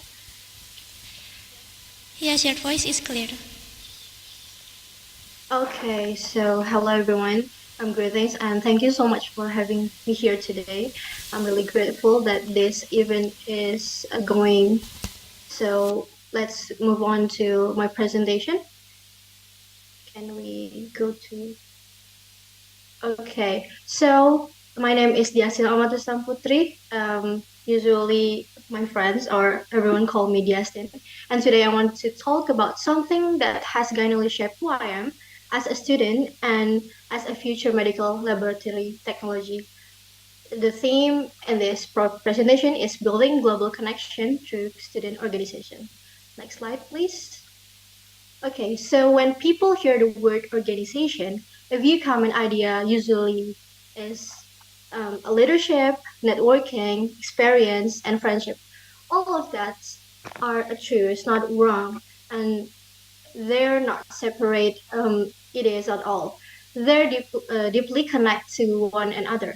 Today, through the lens of one specific organization, I want to show you exactly how that organization, my organization, Imatelki in Indonesia, and by the end of this presentation, I hope you understand not just what my organization is, but why being part of a student organization, what kind of that is um, um, is a good way, especially one with a national and even a global reach, can shape you for a career and a growth in a global um, career, of course. Next. So what is Imatalki? Let's start from the foundation. Imatalki stands for Ikatan Mahasiswa Teknologi Laboratorium Medik Indonesia, or in English, we refer to it as the Indonesian Student Association of Medical Laboratory Technology, or ISA, ESAMLT, and is a national level student organization that brings together medical laboratory technology, or MLT students from various higher education institutions across Indonesia. So we all around of Indonesia. This is not a small club convenient to one campus. It is a network that spans province, universities, and 1,000 of students who all share one common identity of being future laboratory professional. Imazalki exists to serve as a platform for developing four core things: leadership, competence, collaboration, and networking. All four of these support one bigger mission: the advancement of the MLT provision as a whole. Our key focus are breakdown into four parts: leadership development, which creates space for students to practice being decision makers and problem solvers long before entering the workplace. Second is academic and scholarly activities, including seminars, scientific discussion, and research-based program. And third, community service, which turns the organization focus outward toward the public through health education and outreach. And fourth, national collaboration, which ties everything together by connection campus, regions, and institution. It's not just national, maybe it's now it's international, like we share our organization and make some relation in the example in this event. So next, so it doesn't matter for MLT student why organization is matter. So as MLT student, our academic training equip us with a strong hard skill, of course, microscopy, specimen handling, laboratory procedure, and quality control. These are non-negotiable technical foundation of our profession. Of course, we need to competent in that. So, but being an excellent laboratory professional in the real world requires far more than technical accuracy. It also requires soft skill, communication. We we work in hospital, so we do a hospitality too, a teamwork, time management, problem solving, and of course public speaking. These soft skills are rarely taught directly in the classroom. They are built through real experience, through situation where students must coordinate people, manage deadline, resolve conflict, and speak in front of others. The experience is exactly what organization like us provide. This is why we always say being an MLT student is not only about laboratory skill. Future college patients institution will need MLT professionals who are more than technical skilled. They'll need well-rounded professional, and that journey can be through organizational involvement. Next. Okay, so how Imatelki is organized is a three level. The first is a national executive board. So we have um, separate things. The first is a national executive board. This is the highest level of the organization, responsible for a national coordination, building partnership with other national or international organizations, and designing border educational programs for an entire our organization. The second is a regional executive board, or like me, I'm in executive regional. I'm in regional board. So this level connect university within a specific region. So now I'm in the province DKI Jakarta. So I'm coordinate with a campus in around DKI Jakarta and collaborate activity among them, acting as a bridge between the national vision and the day-to-day reality to individual campus. And the third level is, of course, MLT study programs. Like our stakeholder here today, HMJ Poltekkes Kemenkes 3, Kemenkes Jakarta 3 is our part of Imatelki, or yeah, so we connected to each other where students from different universities actively participate in our organization, do some programs and collaborative project. And this is being a growth as a student MLT. Next, the straight of regional collaboration. This level, much of the real transformation happened. Is a five key reason. Is a connection on multiple campus, exposing students to ideas and academic culture beyond their own university. So they collaborator, they have a relation with other campus. The second is a create wider communication forum, allowing issues and ideas to be shared and discussed. And the third is encourage the sharing of academic experience, letting students learn from the different sides on the campus. Fourth is train teamwork among future laboratory professionals. And fifth is build solidarity between MLT students in the same region or even national. Next. So how Imatoki contributes to global health. So our organization is have a four department. The first is a human capital. The pillar focus on developing future MLT leaders through leadership and development, encourage collaboration, organizational growth among students across region and institution, and preparing students to face global healthcare challenge with professional, ethical, and adaptive skills. The second is OSR, or Organization Social Responsibility. Um, this is committed to service and health education program, raise public awareness about disease prevention and health lifestyle. Some about go to the public things and educate with our knowledge. Next is our research and technology is about knowledge, scientific research, encourage innovation, and keep students updated with international development in medical laboratory technology, and promotes we have a seminar, webinar, like we do that. And the fourth is a public relation, is a share information and announcement builds the organization branding and public image. Okay, next. Okay, so building a global connection through as organization happen a three action. A participate, you joining like a webinar, attending national seminar, and engaging in student exchange discussion like this, and communicate, maintaining contact through channels like a professional Instagram or email networking with partner organization and individuals. And the third is collaborate, working together and join a project. And yeah, participate, communicate, and collaborate. Next. What our organization do? We do an education things like webinar, a scientific discussion, making some paper, article, and professional development, career sharing. We have um, a professional organization too, and laboratory insight, soft skill training, social contribute like health education, community service, public health campaigns, and networking, of course, collaboration with universities around our region or even national. Next. Okay, next. Okay, Imatelki as a branch. We start from a campus, then Imatelki, then collaborate and make opportunities.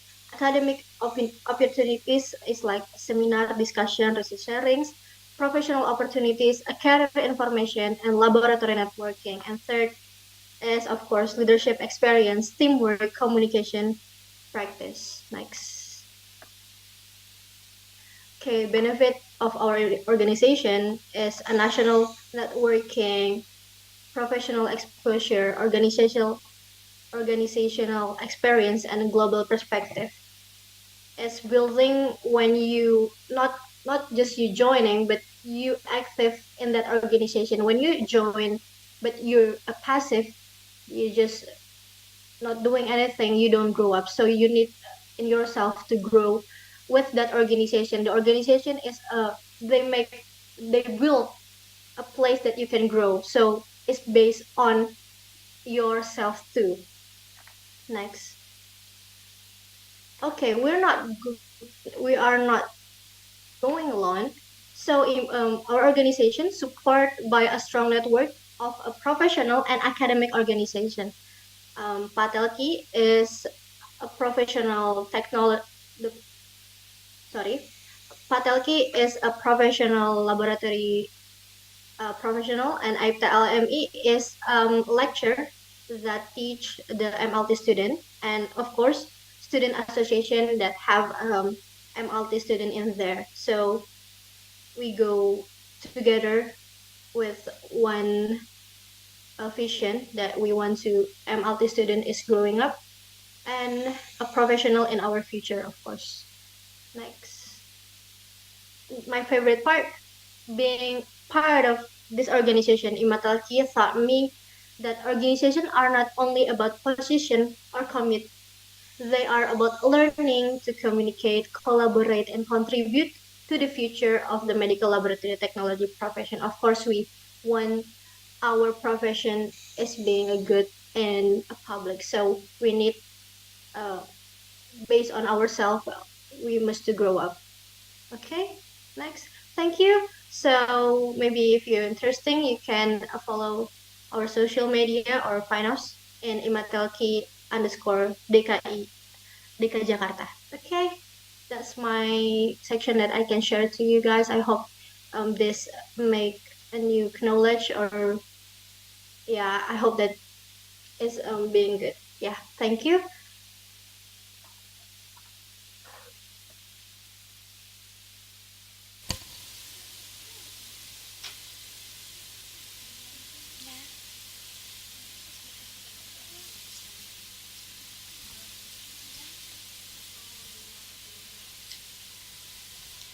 Thank Thank you for the great presentation and interesting material brought by ISA MLT. It's a pleasure to have you today. Ladies and gentlemen, here we can see that the programs from all organizations here are very interesting. We have described various organizations majoring in medical laboratory technology from various countries and institutions that have the characteristic of their own unique work programs. I hope that what has been described by the representatives of this organization can give an idea to all of us that learning outside of class, like joining an organization, will support us to channel ideas, aspirations, or others that will certainly support us when working as a medical lab technology profession.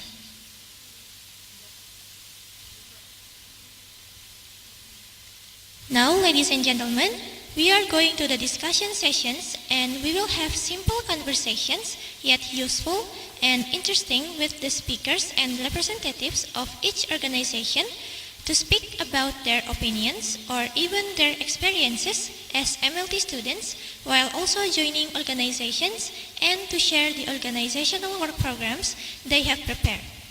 But before that, I'd like to ask all of the representatives to open your camera so it will be easier for us to reach out to each other and have more enjoyable conversation.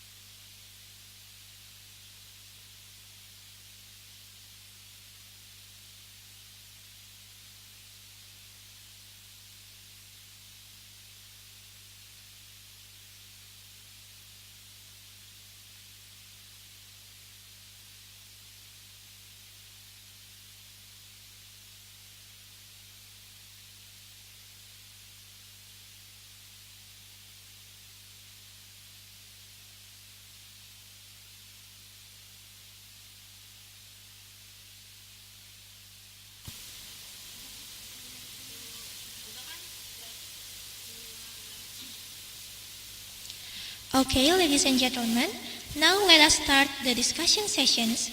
But before that, I would like to ask if all the organizations are still here. For the first one, FISMETS, are you still with us? Yes, hi, good afternoon. Okay. Meltis, are you still with us? Yes, I'm here. Okay. MLTDSA, are you still with us? Yes, I'm here too. Okay. ISAMLT, are you still with us? Yes, I'm here. Okay. Let's start the discussion sessions. For the first question is, with the increasing use of digital technology in education and professional networking, what innovative strategies has your organization implemented to build meaningful international engagement and collaboration? Maybe we can go to MLTD SA first for the answer.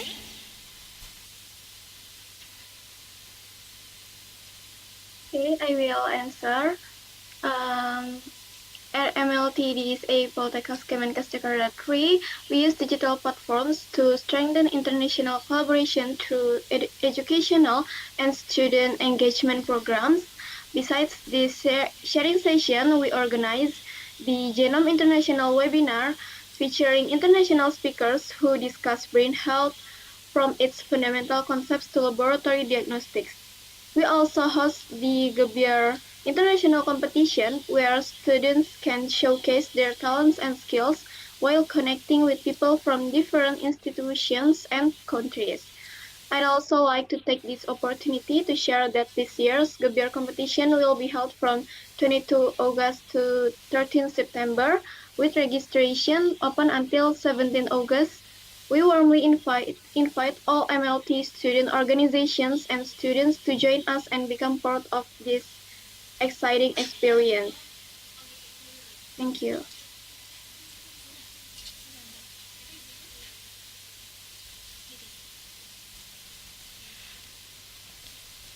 Okay, thank you MLTDSA for your answer. Maybe for the next organizations, we will give 5 minutes to prepare for answering the question.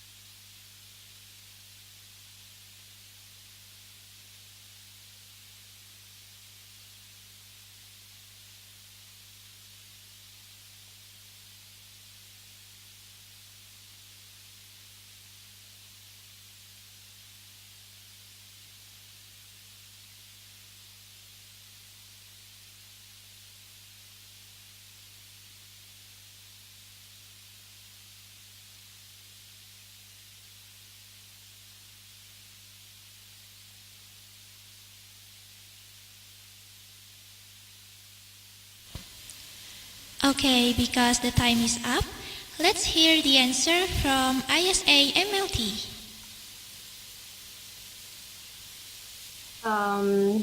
The digital technologies and our organization is we have a public relation department, so of course we share our social branding and information based on that, and then use digital technology to connect and discuss across many regions. Like I said before, my organization is not just about one region; is around of Indonesian, is national. So sometimes we have agenda to discussion sharing. So yeah, across inside regional in the same time. So yeah, we do a third webinar, online scientific discussion, and share digital channels information and knowledge from one to other. So yeah, we literally use digital to make some information at the same time and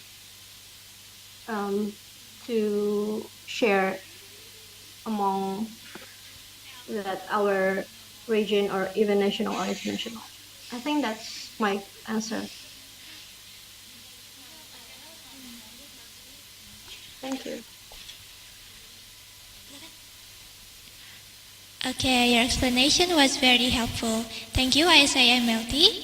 And next, we're moving on to FISMETS. Okay, so in our organization, beyond organizing seminars, academic competitions, and social activities, FISMEDSCA also has uses our skills aside from digital platforms such as postings that are informative. We also conduct phlebotomy seminars and animal handling seminars that are that can be used as a skill for our future medical technology students. Thank you. Okay, thank you, FISMETS, for your answer. It was very informative. Last, we will hear the answer from Meltis UCMI.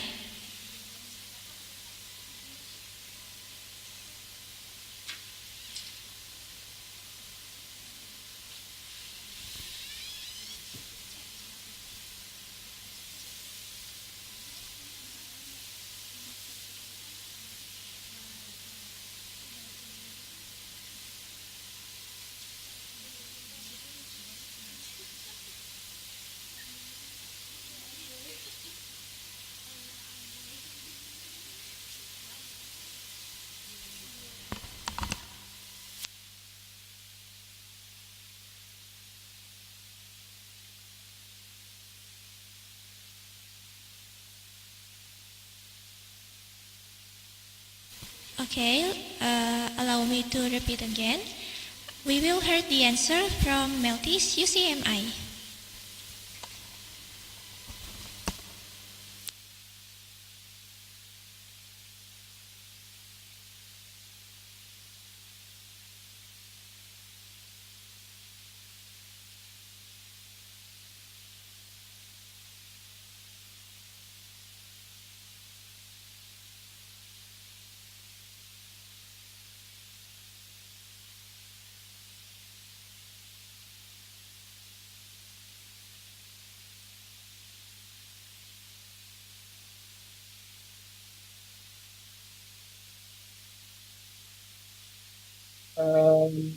Okay.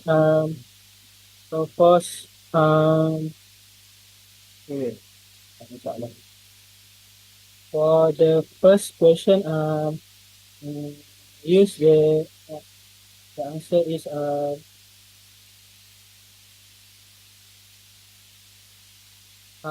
innovation strategy. Use digital platform for communication and networking. Organize online webinar and academic discussion with fellow MLT members. Collaboration with college and international university for sharing uh, through various education programs. Sharing education content and organization achievement through social media like Instagram, TikTok, and more. We help promote global knowledge exchange and professional networking. Uh, Question two. Uh, what type of community service we can do? Organize general health checkup and checkup program and awareness program. Promote disease prevention and healthy lifestyle. Uh, Planning our activity based on the communication need through volunteer program and work closely with the locally healthcare official to help us organize benefit activity. Question three. Uh,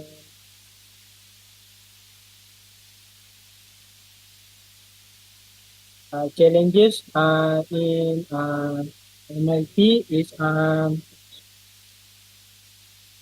one of the challenges in the field of medical laboratories technology is public acceptance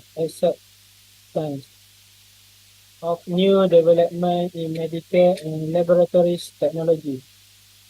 Some members of the public are reluctant to accept new method or technologies, and some believe that they are bringing treat as benefit for medical research or treatment.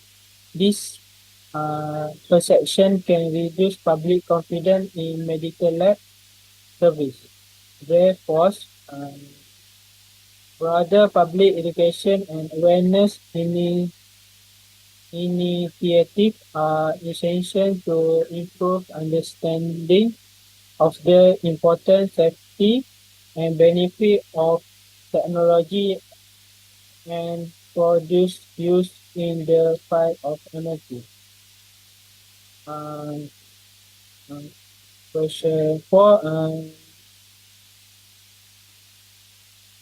About you specific program or partnership that have support this goal is help update the member through exposure to new emerging laboratory technology via education, work, and sharing of knowledge, and active partnership with more scientific and academic organization locally and international in benefit conference to discuss current research and technology.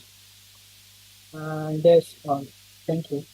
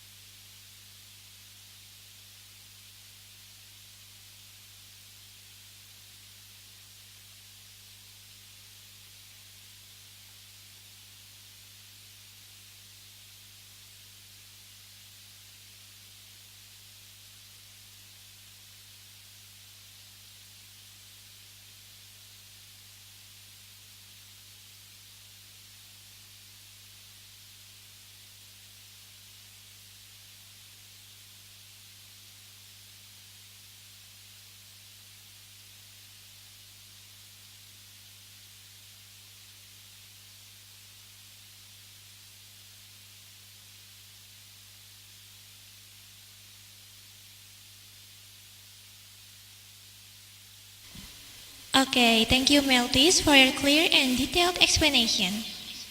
Now for the second question.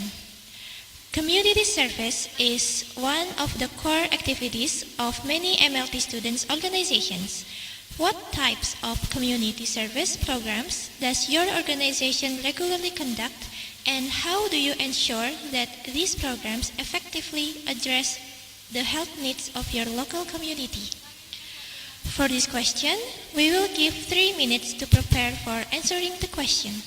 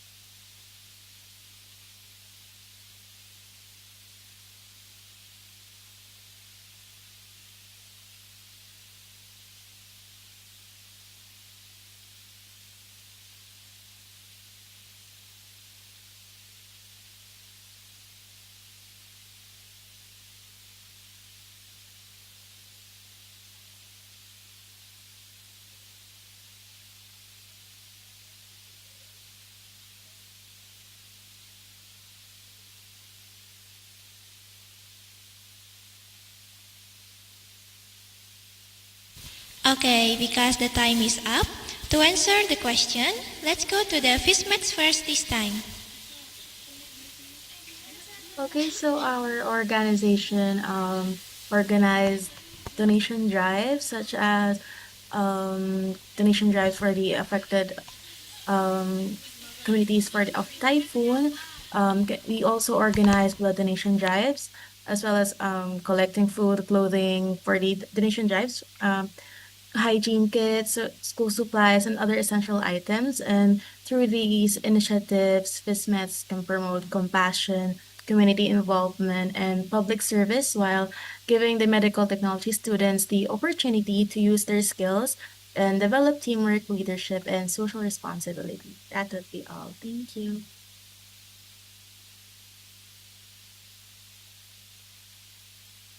Okay, thank you, Fishmats, for your answer.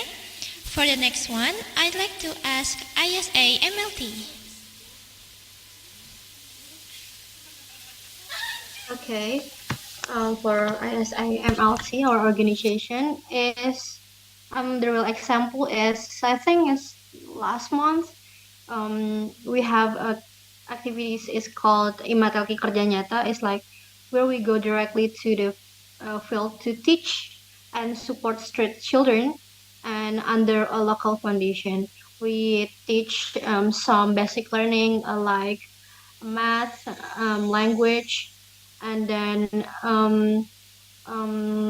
we also because we are a medical student, of course we share our knowledge, um, like wash hand. Maybe I think is for children is a really really good material, and yeah, to show that my our organization is not only an academic or professional.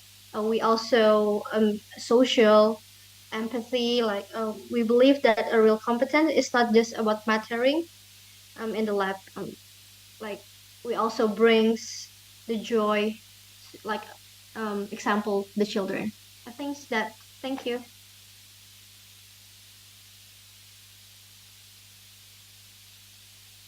Okay, it is very informative. Thank you, ISA MLT. And now we're moving on to MLTDSA.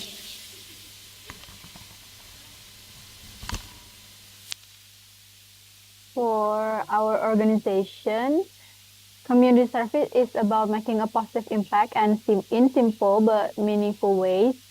We have Tel and Peduli. We provide health education and free health screenings for the community to help increase public awareness about the importance of maintaining good health. We also organize Haplan or Happy Lansia, where we visit nursing homes to interact with elderly people and provide free health checkups. And to make this program effective, we first identify the needs of the community and design activities that are relevant and beneficial for them. I think that's all from MLCDSA. Thank you.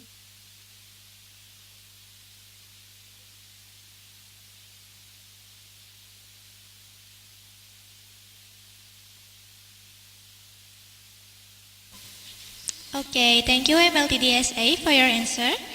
Last, we will hear the answer from Meltis UCMI.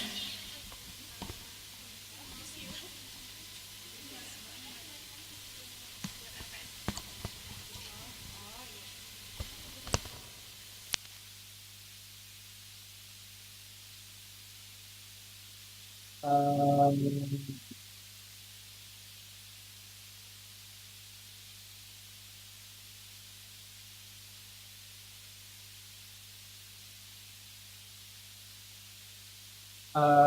partnership, training partnership with the local health official, community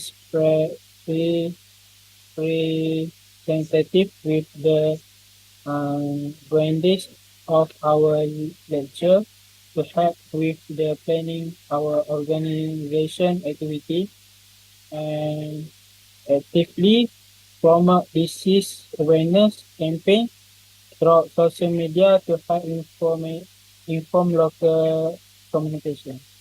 Thank you.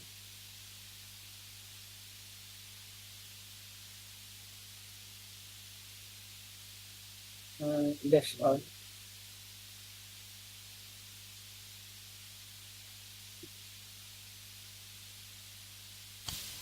Okay, thank you, Meltis, for your answer. Now, third question. Every country has unique challenges in the development of medical laboratory technology education and practice. As an organization representing your nation, what current issue related to MLT would you like to bring to the attention of the international community, and how could collaboration with organizations from other countries help address this challenge? For this question, we will also give 3 minutes to prepare for answering the question.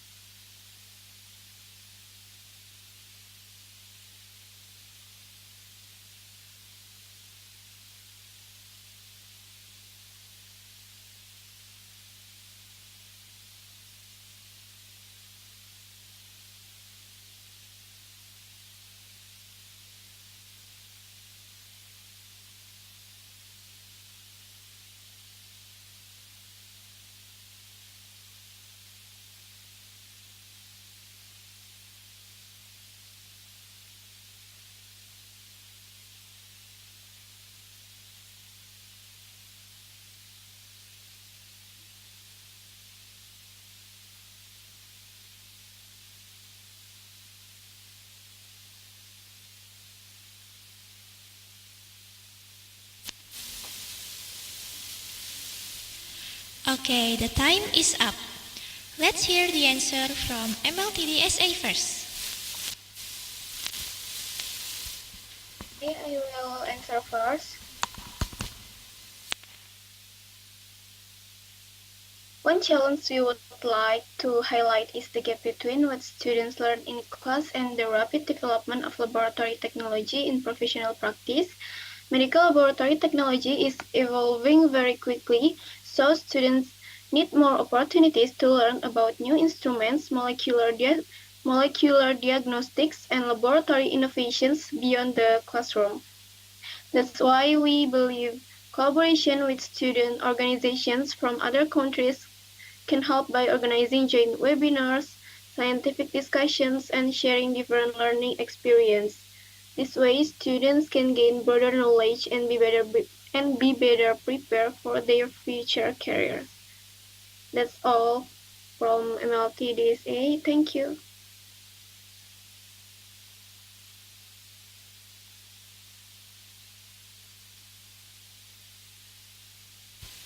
Thank you, MLTDSA. Your answer is very informative. The next one, let's hear the answer from Meltis.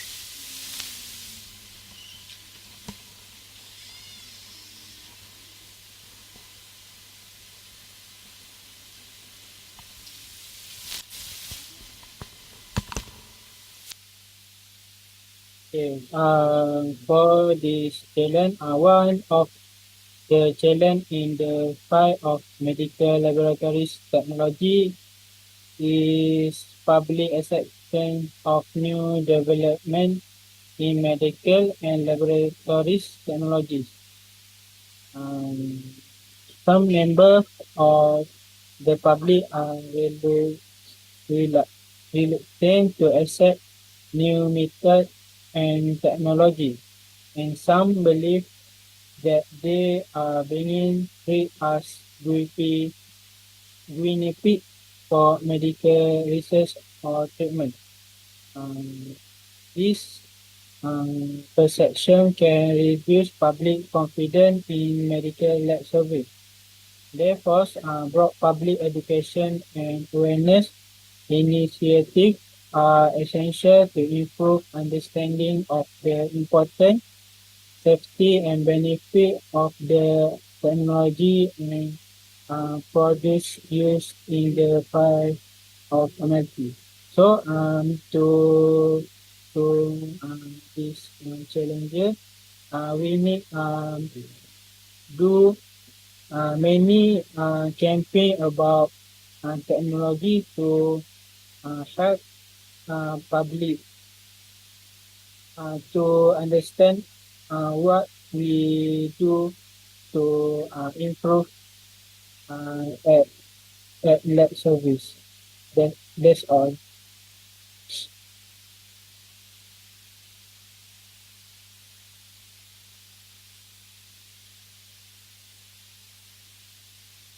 Okay, thank you, Meltis, for your answer. Next, let's hear the answer from Fishmates. Okay, so for our organization, collaboration and organization can help address the challenges faced by the medical technology workforce in the Philippines by creating a stronger connection between FISMET, schools, professional organizations, healthcare institutions, as well as government agencies and international partners. At the same time, FISMETs can raise awareness about workforce migration, unequal access to laboratory services, and the need for better opportunities for medical technologists here in the Philippines. And through these partnerships, international organizations can support training and capacity building without creating long term dependency. Instead, the goal should be to develop Filipino students and professionals who are capable of improving laboratory services locally while remaining connected to the global medical technology community. Thank you.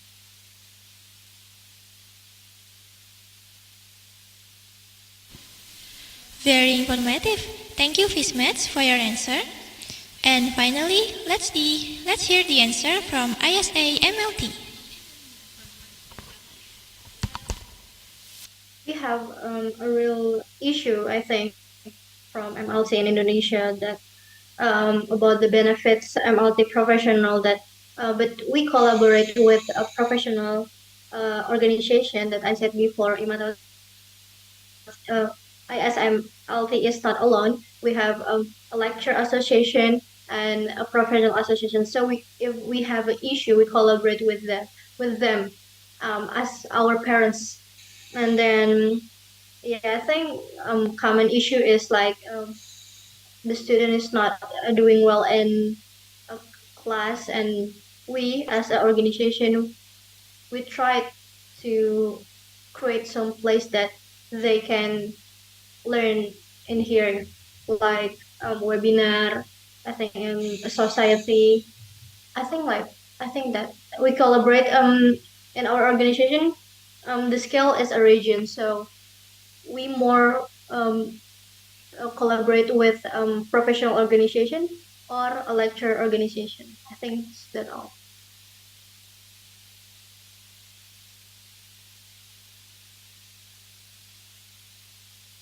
Okay, thank you, ISA MLT, for your answer. Last question, everyone. The question is, as the field of medical laboratory technology continues to evolve globally, how does your student organization ensure that its members remain updated with international standards, emerging technologies, and global best practices? Could you share any specific work programs or partnerships that have supported this goal? For the last question, we will give 3 minutes to prepare for answering the question.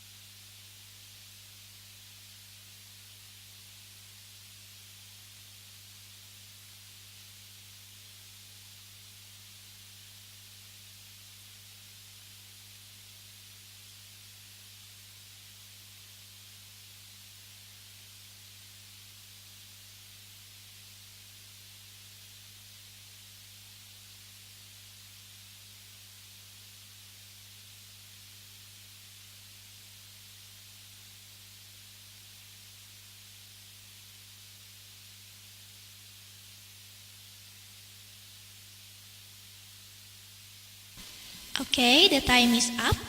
Let's hear the answer from Fishmates. Okay, so as the field of medical technology continues to evolve, FISMETS keeps up by creating opportunities for students to continuously learn, practice, and develop skills beyond the classroom.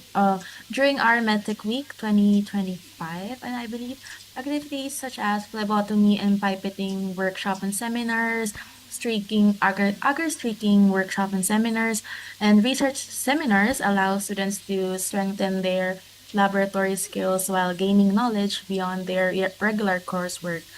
These activities provide hands-on experience in proper techniques and introduce students to the importance of research and evidence-based practice in medical technology. Through these programs, FISMETs help students become more prepared for the changing demands of the profession. The organization can also continue building on these activities by incorporating newer laboratory techniques and technologies, and we also invite professionals and professional researchers and establish partnerships with local and international institutions in the near future. Thank you.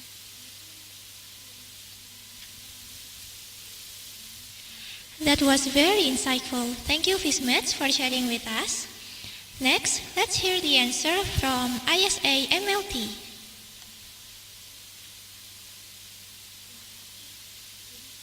Members of that with a global thanks.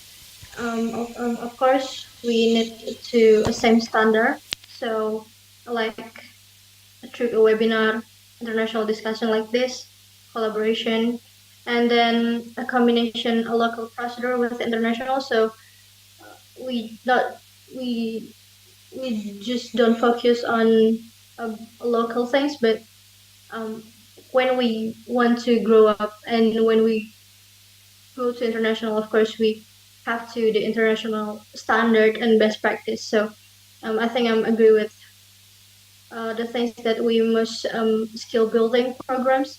I think that we common use about some region or phlebotomy skill or everything that we can get when we want.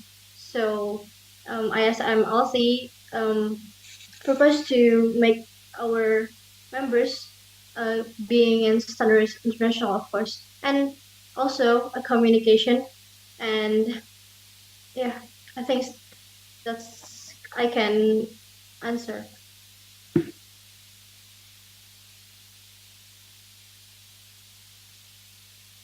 Okay, very informative. Thank you, ISA MLT, for your answer. The next one is from Meltis.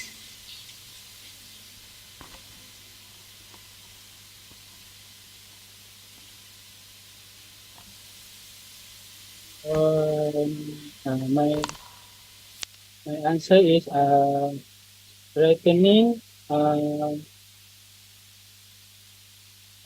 threatening local and international by establish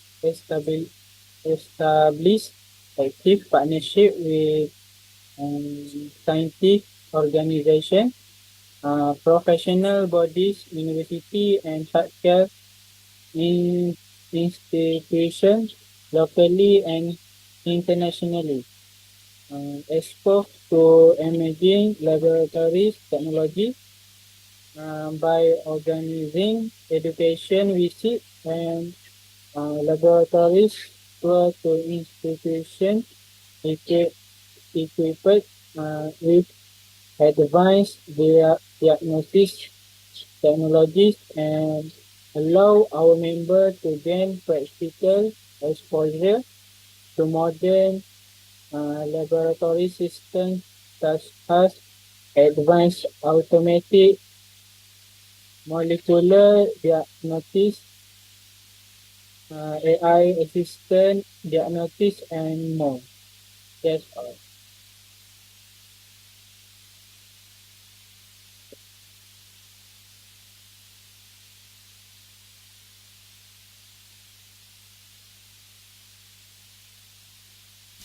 Okay, thank you, Meltis, for your answer.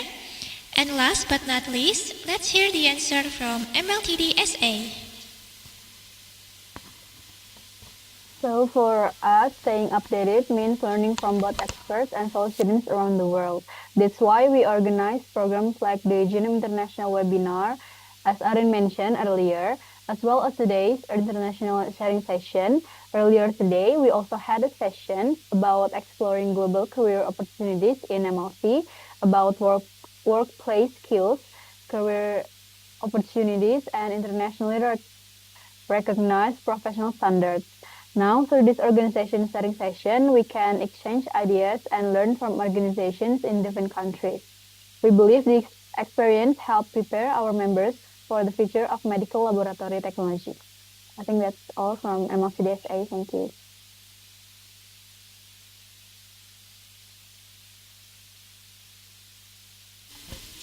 Okay, thank you MLTDSA for the useful insight you have shared. Thank you very much to all of the organization representatives for the discussion session today. Hopefully, what we're talking about here will be useful for many people and can motivate students from the MLT program to learn to develop their soft skills and hard skills. We hope that this event can raise the name of MLT professionals to be more respected in the area of work competence, both in the medical and non-medical fields. For that being said, our discussion session today has come to an end. The rest, I will return to the Master of Ceremony.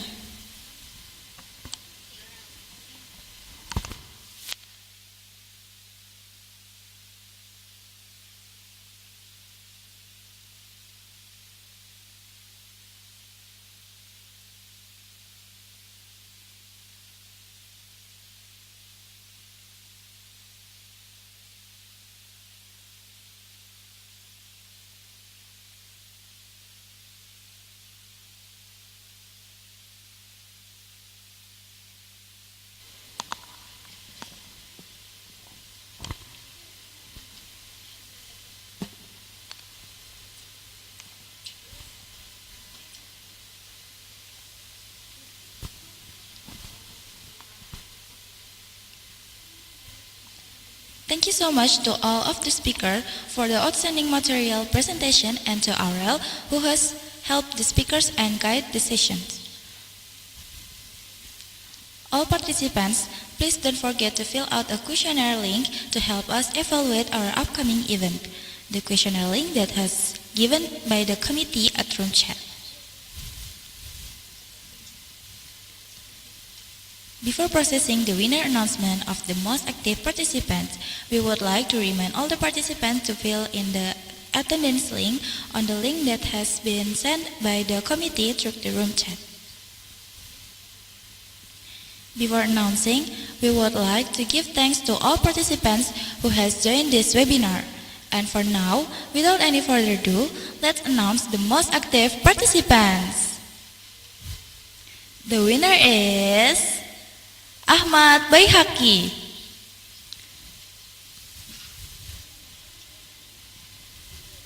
Congratulations to the most active participants.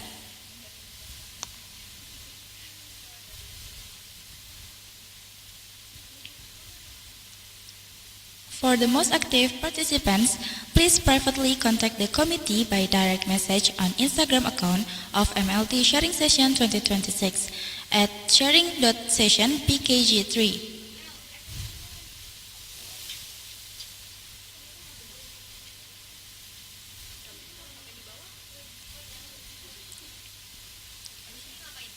Before we close our event, we will take a moment for documentation.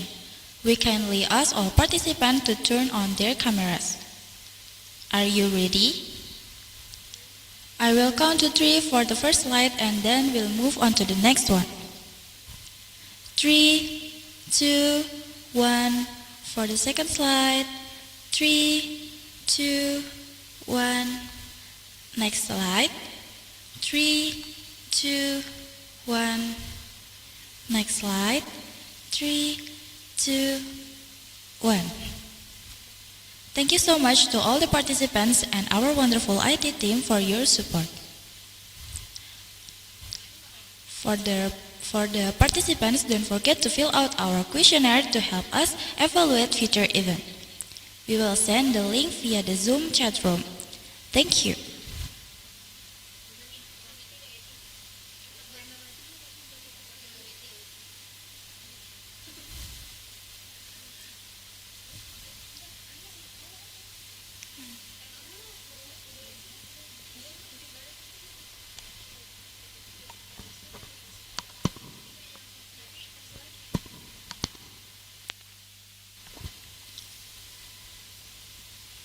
Very well, ladies and gentlemen.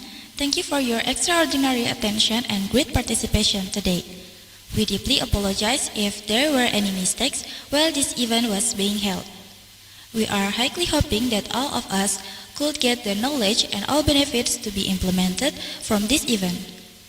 We would also extend our best appreciation and gratitude for all of the speakers, moderators, organizers, and every party who have made this event successful.